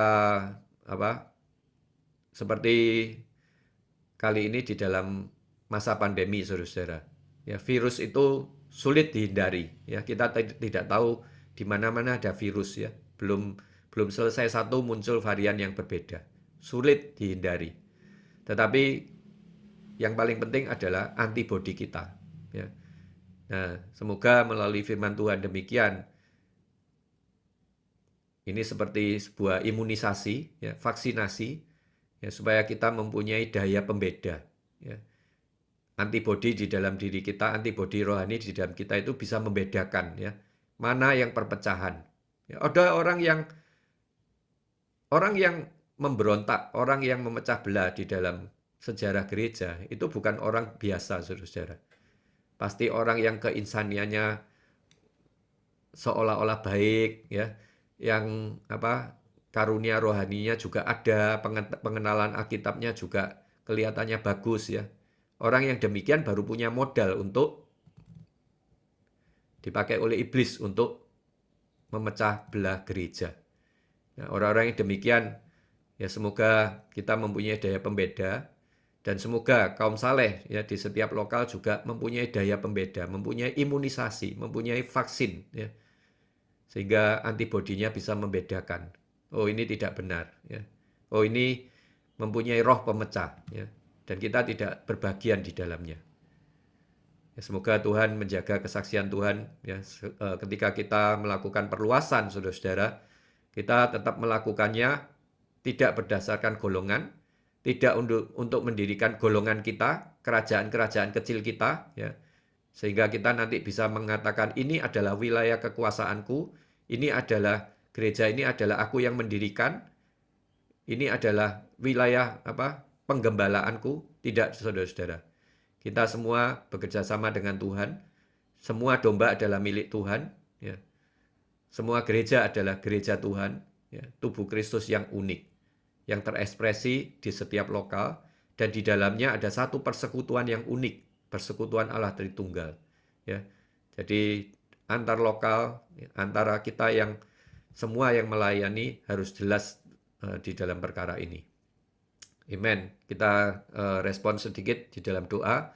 Kemudian kita lanjutkan mengenai progress report ya. Mungkin saudara Christian bisa menyampaikan data yang terupdate.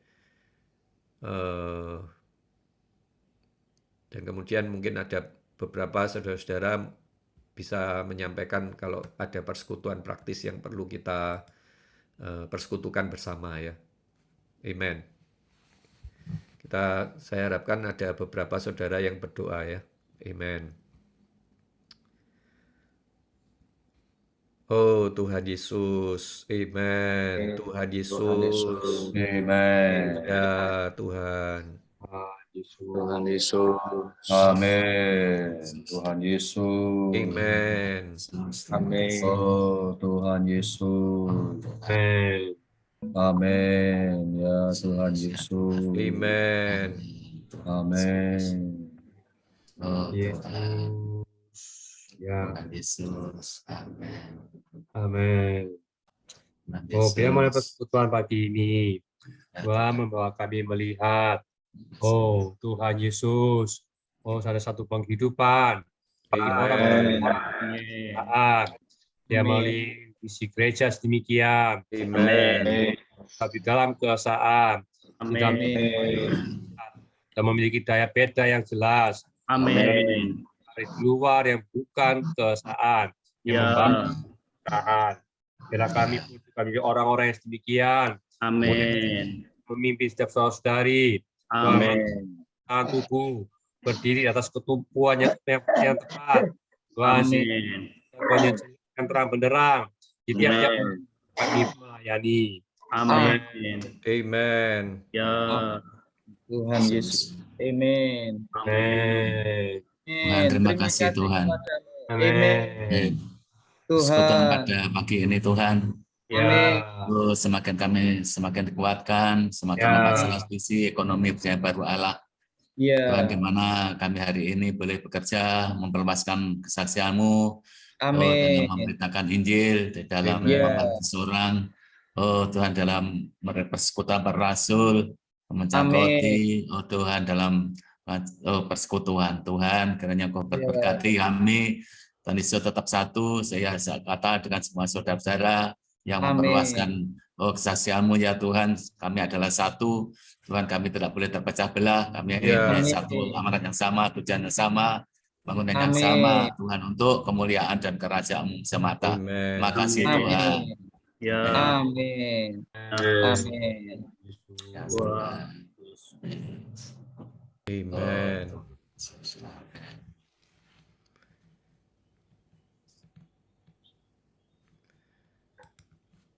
Baik, saudara-saudara, saudara Christian, Ya, Ko. sudah siap? Setengah siap, Ko. Setengah siap. Amin. Izin share screen ya, Ko. Ya, silakan.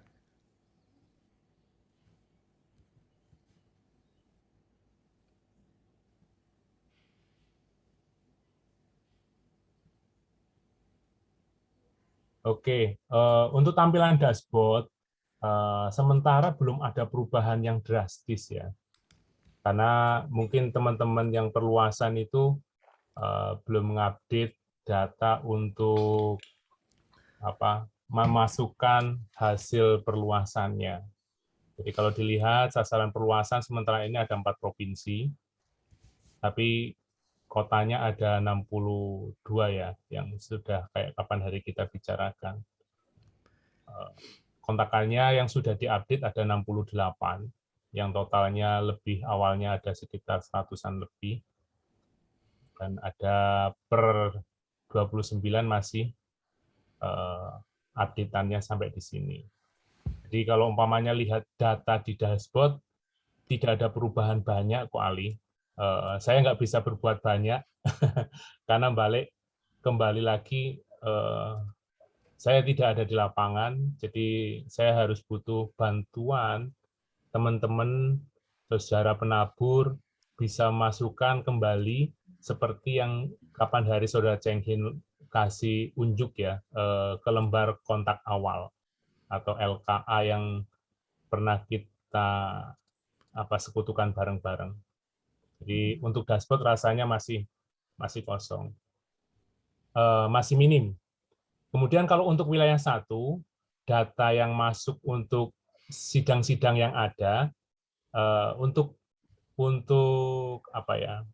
pemecahan roti, doa sama kelompok juga sama, tidak semua lokal itu melaporkan datanya.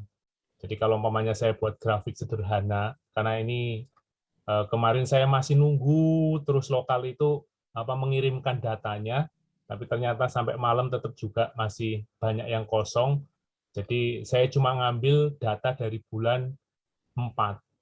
Bulan Mei-nya ini banyak yang belum mengisi gitu loh. Nah, bulan 4 sendiri juga masih ada beberapa lokal yang tidak mengirimkan. Mungkin Pasar, Jember, mungkin mereka ada data, cuma mungkin untuk ngupload ke wilayah satunya yang mereka mungkin belum sempat. Jadi saya belum bisa buat progres perbandingan yang normal gitu loh kok. Buat teman-teman lokal yang mungkin ada perwakilan pagi ini, bulan lalu saya belum siap karena data memang belum masuk. Hari ini pun saya menyajikan datanya masih kasar karena datanya dari saudara belum bisa masuk dengan sempurna gitu loh. Jadi untuk sementara ini penyajiannya sementara ini kayak gini. Tambahan satu, ada kemarin saudara Thomas dari Gresik kok minta mau masukin data sidang-sidang yang ada di Gresik ke wilayah 1. Saya belum kontak, belum menanyakan bagaimana, cuma saya mempersilakan dulu karena cukup sudah rutin katanya. Apa boleh, Kuali? Ya, mereka mungkin dalam waktu dekat bulan depan ya, rencana ada pemecahan roti perdana. Oke. Kalau demikian, Masuk, apakah boleh saya kirimkan list untuk mengisi ke form Evata? ya, ya. Oke. Nggak tahu siapa yang nanti tanggung jawab masalah data ya. Saudara Gatot Sementara atau sama saudara? saudara Thomas sih. Nggak tahu Oh ya, saya Thomas oke. kurang kenal. Sama yang Jimbaran juga kan sudah mulai pemecahan roti di sana. Oh, baik. Coba nanti saya kejar. Untuk sementara garis besarnya gitu, Kuali. Saya nggak bisa banyak ngomong ya, karena data pun nggak bingung mau ngomong apa. Ya, sementara datanya sama kayak bulan lalu. Belum ada perubahan drastis. Mungkin gitu Oke, kali. ya. Saudara-saudara, saya sampaikan sedikit ya. Ini untuk info bagaimana kita memberikan apa ya istilahnya assessment itu penilaian ya di dalam pendirian sebuah kesaksian Tuhan ya, yaitu kaki Dian Mas ya. Nah ini memang belum ada patokan yang resmi di dalam hal jumlah ya, mengenai jumlah itu masih sangat relatif. Tetapi dari penelitian dari berbagai catatan ya, baik persekutuan saudara Lee waktu melaksanakan Jalan Baru di Taiwan maupun di buku-buku yang lain, termasuk juga kita bandingkan dengan saat ministrinya saudara Watchmeni ya, waktu di Tiongkok. Nah, kita memberikan beberapa patokan saudara-saudara untuk sampai tahap mana ya di sebuah lokal itu bisa dimulai satu pemecahan roti atau dianggap sebagai satu kesaksian yang baru ya. Nah, kalau kita menggunakan patokan ini, mungkin gereja-gereja lokal yang ada bisa downgrade ya. Jadi sebetulnya beberapa lokal itu bahkan belum mencapai tahap kemajuan yang sedemikian. Ya, jadi kita bagi 6 tahap ya, secara ringkas saja. Yang pertama itu adalah pembukaan lahan. Ya. Ini kita lihat Matius pasal 7 ayat 7, kita menerapkan yang melalui berdoa, ya, terus minta, ya, mencari, dan mengetuk, ya, mengontak. Jadi ini adalah penentuan kota, bakal lokalitas baru. Ya, jadi berdasarkan data, survei lapangan, potensi, akses, dan support. Ya. Daya dukungnya kita juga perlu pertimbangkan. Jadi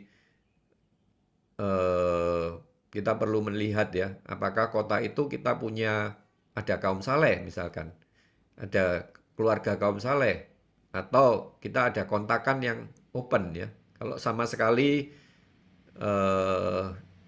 tidak ada masih hutan belantara ya. Nah mungkin juga itu satu tanda bahwa Roh Kudus mencegah kita ke sana ya. Kita tidak ada tumpuan. Ya. Tuhan pun mau datang kembali. Nah, Tuhan mau datang pertama kali dia perlu ada tumpuan, ya kan? Perlu menyiapkan Yusuf, perlu menyiapkan Maria ya terutama. Ya. Perlu menyiapkan orang yang berdoa.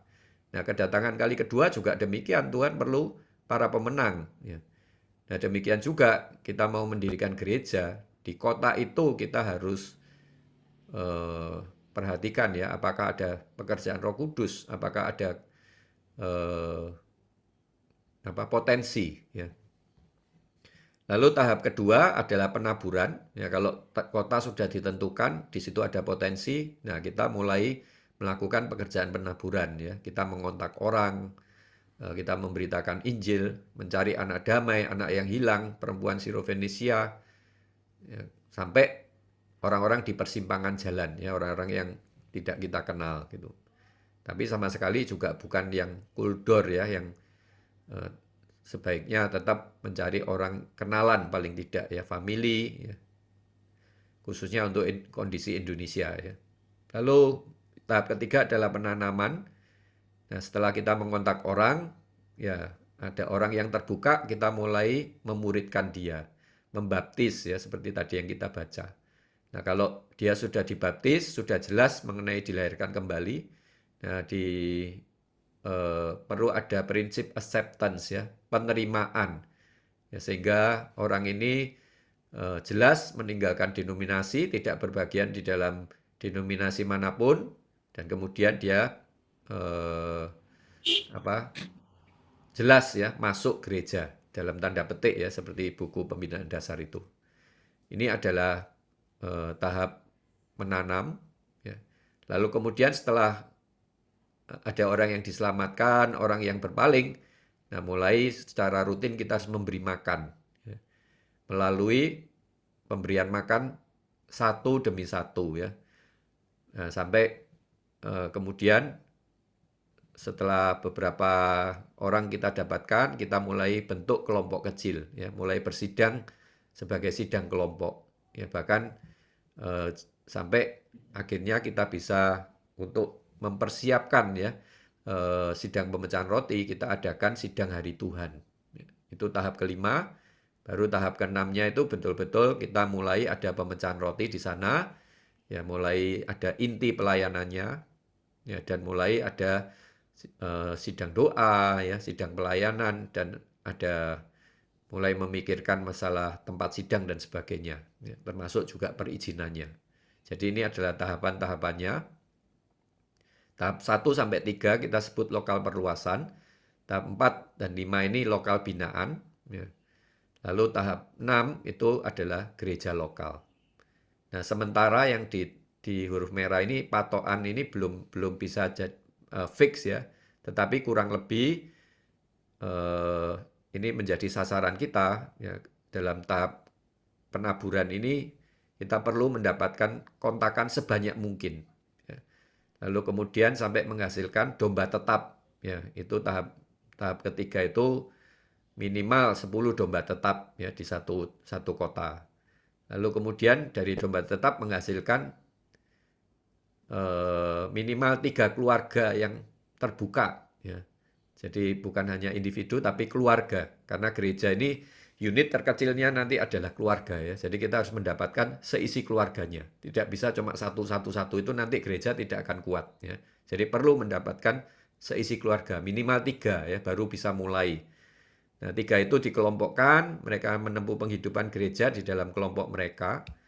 Nah, sampai akhirnya 3 keluarga itu bisa menjadi keluarga inti, ya, dan mungkin suaminya itu bisa menjadi pilar, ya. Kadang-kadang suami karena sibuk sehingga istri yang lebih berperan, ya, menjadi pilar dalam gereja, ya, karena waktu, karena beban dan sebagainya. Nah, jadi tiga pilar dan 3 keluarga inti ini, ya, yang sudah fix, ya, itu baru kita pertimbangkan untuk ada satu kesaksian baru di tempat itu, ya. Jadi bukan seperti waktunya saudara Watchmeni, asal 3 orang mereka keluar dari denominasi memecahkan roti, ya sudah jadi gereja, ya. Itu nantinya, ya, kalau yang kita dapatkan Watchmeni, ya, itu bisa jadi gereja. Tapi yang pengalaman saudara Watchmeni pun Lelen Wong dan istrinya akhirnya juga tidak terus di dalam penghidupan gereja, ya. Jadi kita lebih merasa safe, ya, kalau ada 3 keluarga. Kalaupun ada satu yang lemah, ya masih ada 2 keluarga yang akan menopang, ya. Karena begitu pemecahan roti dimulai, kesaksian di satu tempat itu tidak boleh berhenti sampai Tuhan datang, ya. Bukan hanya istilahnya saja, tapi ya harus ada betul-betul ada pilarnya di sana. Jadi ini saya rasa bukan hanya menjadi tonggak acuan bagi pendirian kesaksian yang baru, tetapi hari ini kita ingin memperkuat, ya, gereja-gereja yang ada. Ya, kita juga perlu meninjau kembali tahapan-tahapan ini. Ya, di lokal kita apakah ada cukup banyak kontakan? Ya, kalau kurang kontakan, ya berarti kita masih harus memberitakan Injil. Ya. Nah, apakah ada perawatan, ada pemberian makan one on one, ya, satu demi satu. Ya. Kalau belum ada, ya berarti kita harus merawat kaum saleh yang ada terlebih dulu. Ya. Lalu apakah ada penghidupan kelompok? Ya, apakah keselamatan seisi keluarga sudah terjadi, ya, di tengah kaum saleh? Jadi tahapan-tahapan ini kiranya saudara-saudara juga perlu memperhatikan, ya, di lokal kita kondisinya bagaimana. Jadi jangan dibiarkan terus tidak ada perkembangan, akhirnya ya kesaksian Tuhan bisa habis, ya. Nah, itu yang kita khawatirkan. Beberapa lokal ini kaum salehnya sudah mulai lanjut usia, ya. Mereka setia, amin, sangat baik, tetapi tidak ada generasi penerus, ya.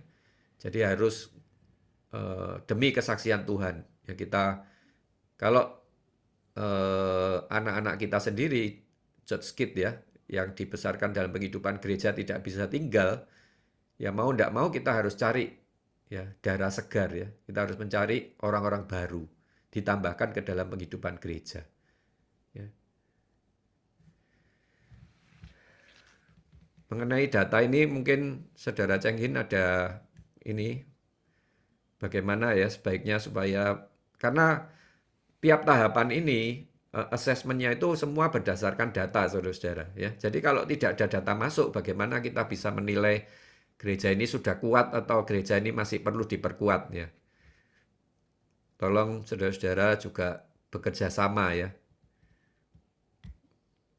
Apakah ada pertanyaan mungkin? Sehingga nanti Saudara Cheng Hin bisa bantu jelaskan. Ada, ya, Saudara Cheng Hin di sini? Ya, ada.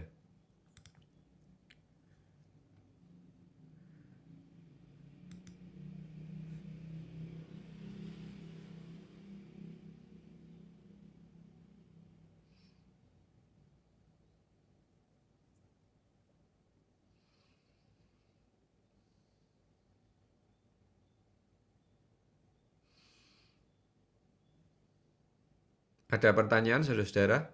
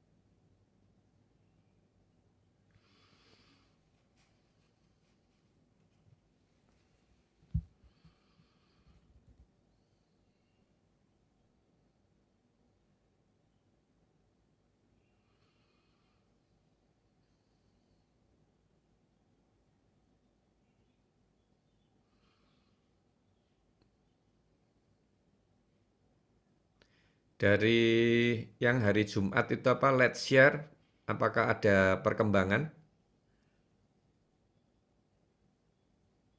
Berapa banyak kontakan? Itu mungkin bisa jadi sumber, ya, untuk follow up ya untuk tindak lanjut sehingga di lokal-lokal ini bisa ada orang-orang baru yang potensial ya.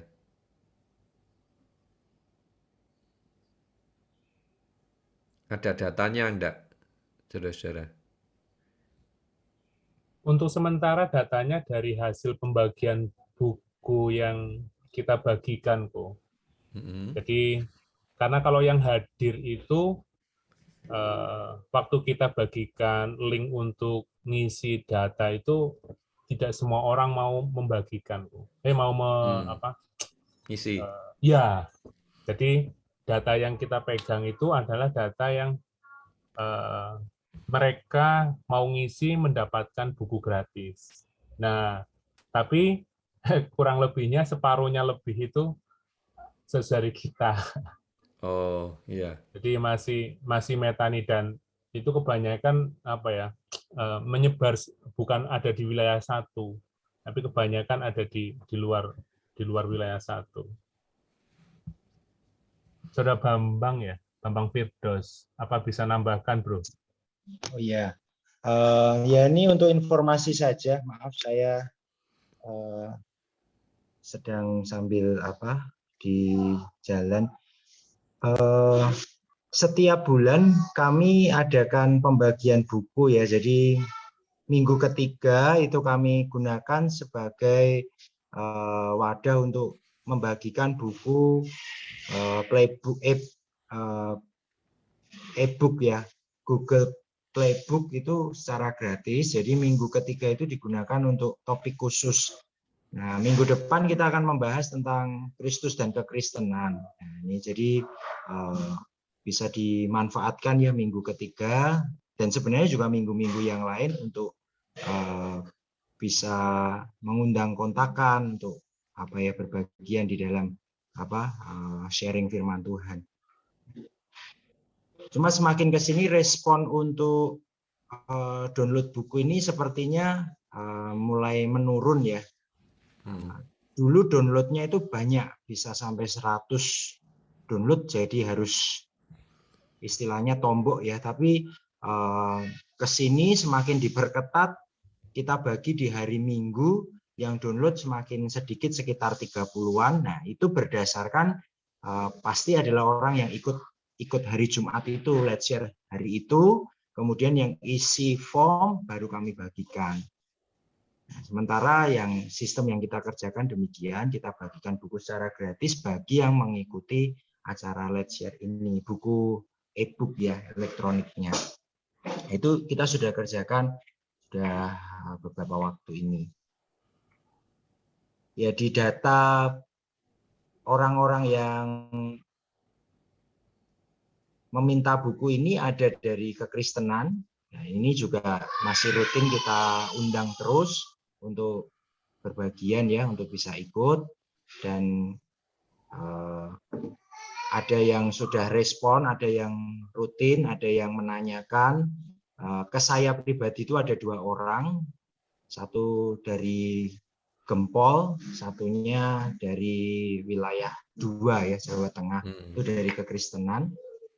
Mungkin juga nanti ada saudara-saudara yang lain. Jadi memang akhirnya tiap-tiap kita sendiri yang memfollow up. Kalau kita kenal, kita akan terus ingatkan untuk bisa ikut berbagian gitu. Ya, dari saya demikian, Ali. Amen. Ya, ini kita sudah punya wadah ini ya.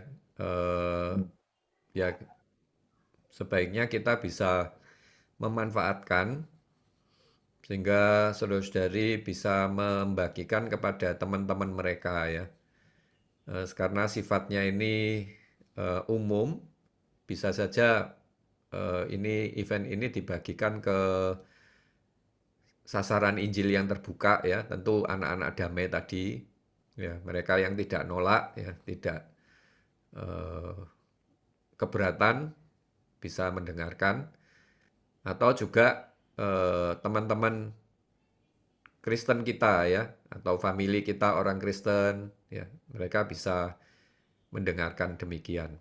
Ya, tentu kalau mereka terbuka ya, mereka bisa kita kontaki lebih lanjut ya.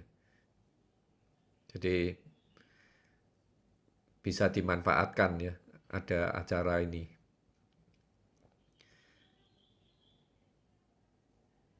Apakah saudara-saudara ada yang mau disampaikan lainnya?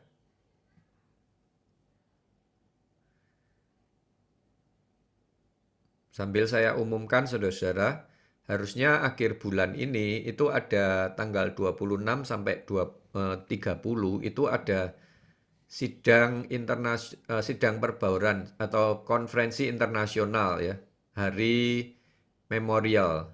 Tapi kali ini karena diselenggarakannya itu live ya, offline sudah tatap muka di Amerika, maka kita tidak akan keburu ya.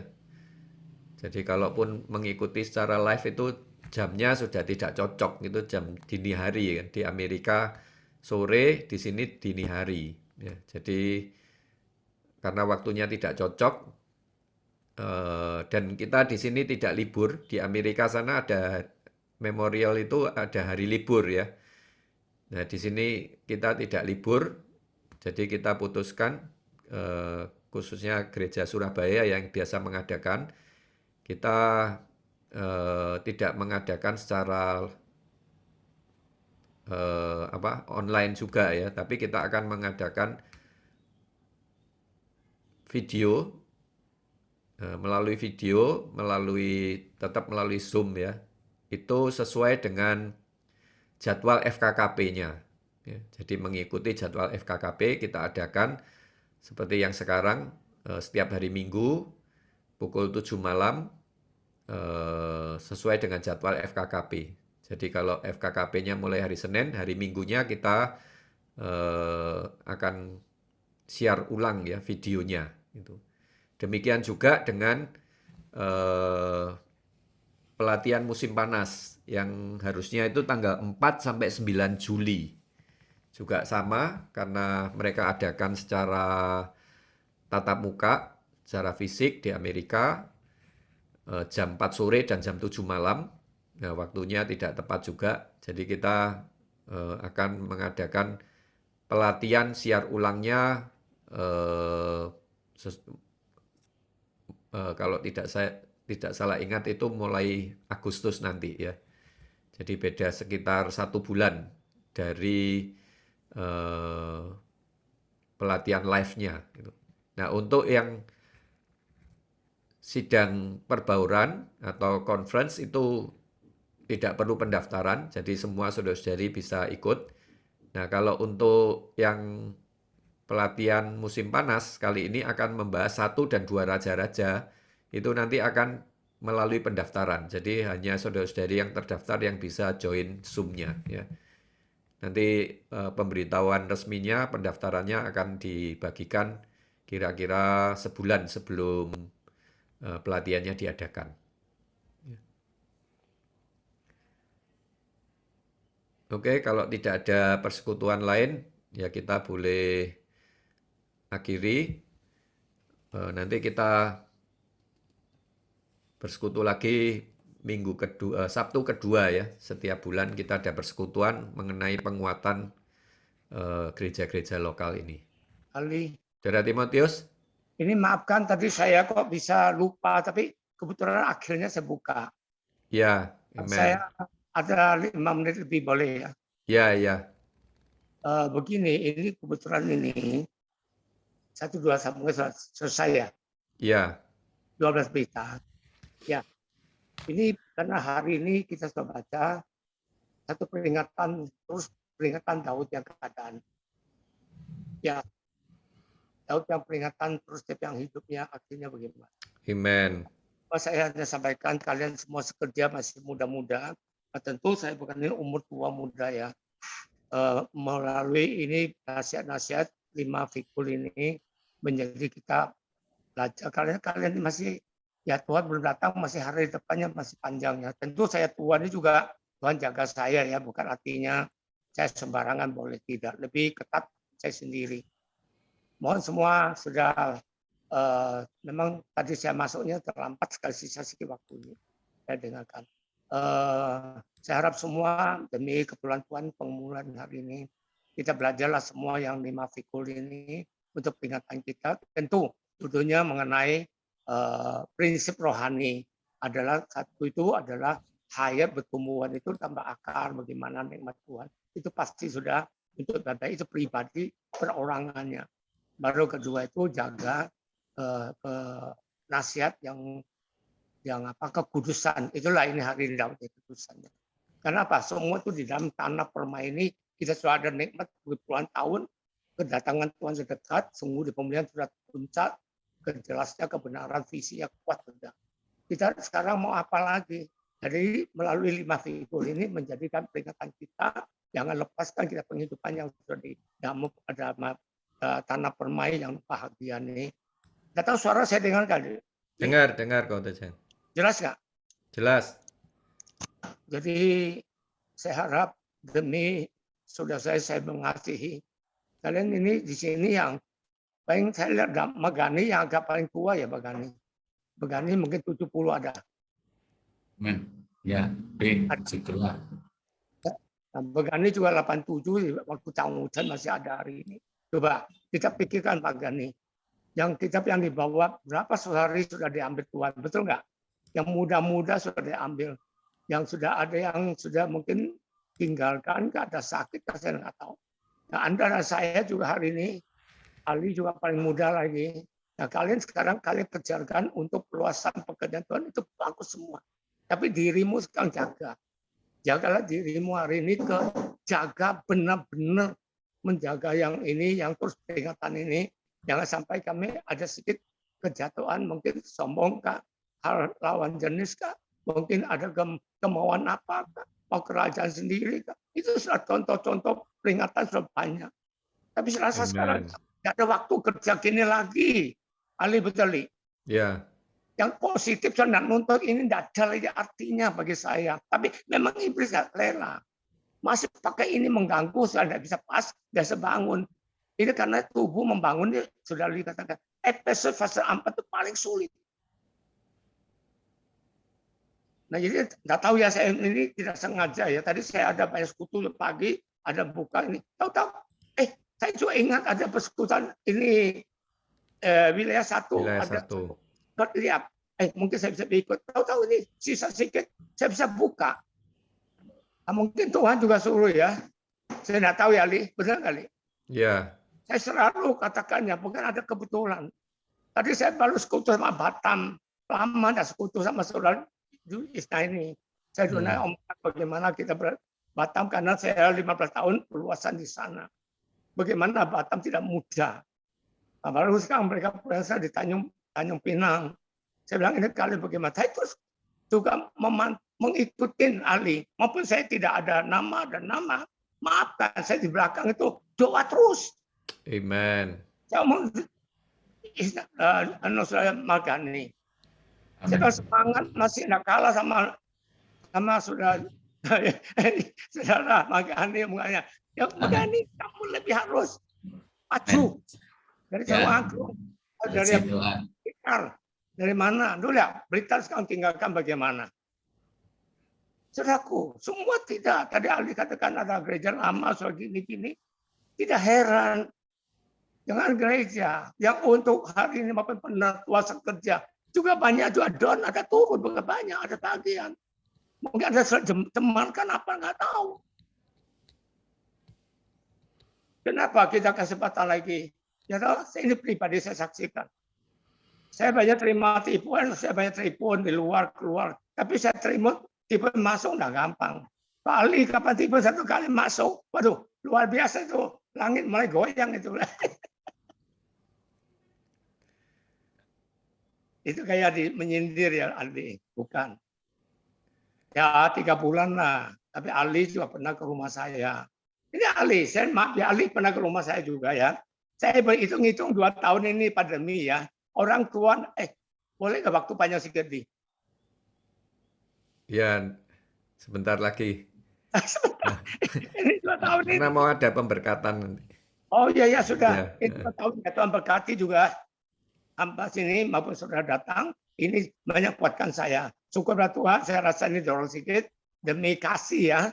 Ini perkataan kasih, bukan menegur, bukan saya juga perlu kasih anak cucu saya, keluarga, kalian juga. Cuma saya katakan, Daud perlu melakukan satu dosa ini ya, bukan dia saja. Anak-anak semua jadi masalah. Betul enggak? Pecah belah, hancurkan. Daud juga gitu, Eli juga gitu. Nah, jadi sekarang kalian tahu, yang selalu menikah ada anak cucu masih muda, tolong didikkan anak yang baik-baik. Oh, ini satu Daud ini tidak apa-apa. Tapi akhirnya lihat bagaimana. Coba lihat saudara Yakub. Yakub juga keluarganya rasa bagaimana berpaling, Tuhan pakai dia. Tapi melalui berapa salibnya, susahnya. Ya, Tuhan betul-betul jaga kita waktu ini, minta Tuhan hindari, bukan kita takut cerita, takut bukan. Janganlah ketemu satu pencobaan apa. Waspada bersama-sama, kita berkati wilayah 1, sudah perkembangkan dimanapun, Tuhan jaga kalian semua. Dalam nama Yesus, saya juga ada keliru ini saling maafkan sama saya, kuatkan juga. Haleluya, amin. Ali kembali maaf ya. Ya, amin. Sekalian doa, Kota Jiang.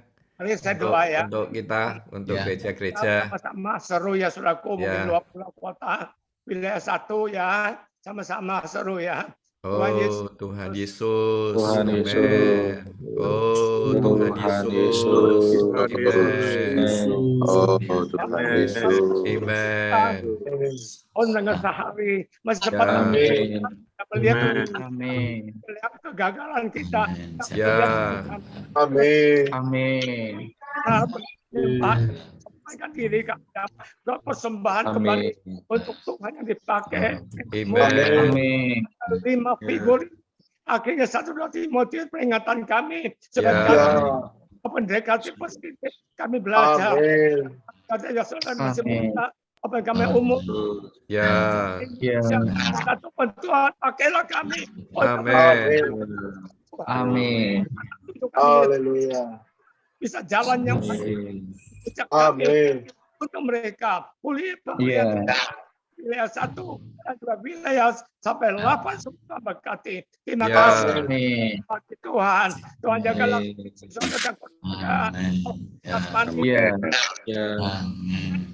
Amin. Peluangnya Tuhan, berilah kami cukup tangan, kasih karunia cukup kami ya Tuhan. Terima kasih. 1-2 Samuel ini selesai 12 lagi minggu mengenai iman, percaya, mengenai ekonomimu Tuhan, lebih bagi Tuhan, mulia bagi Tuhan. Amin. Amin. Amin. Haleluya.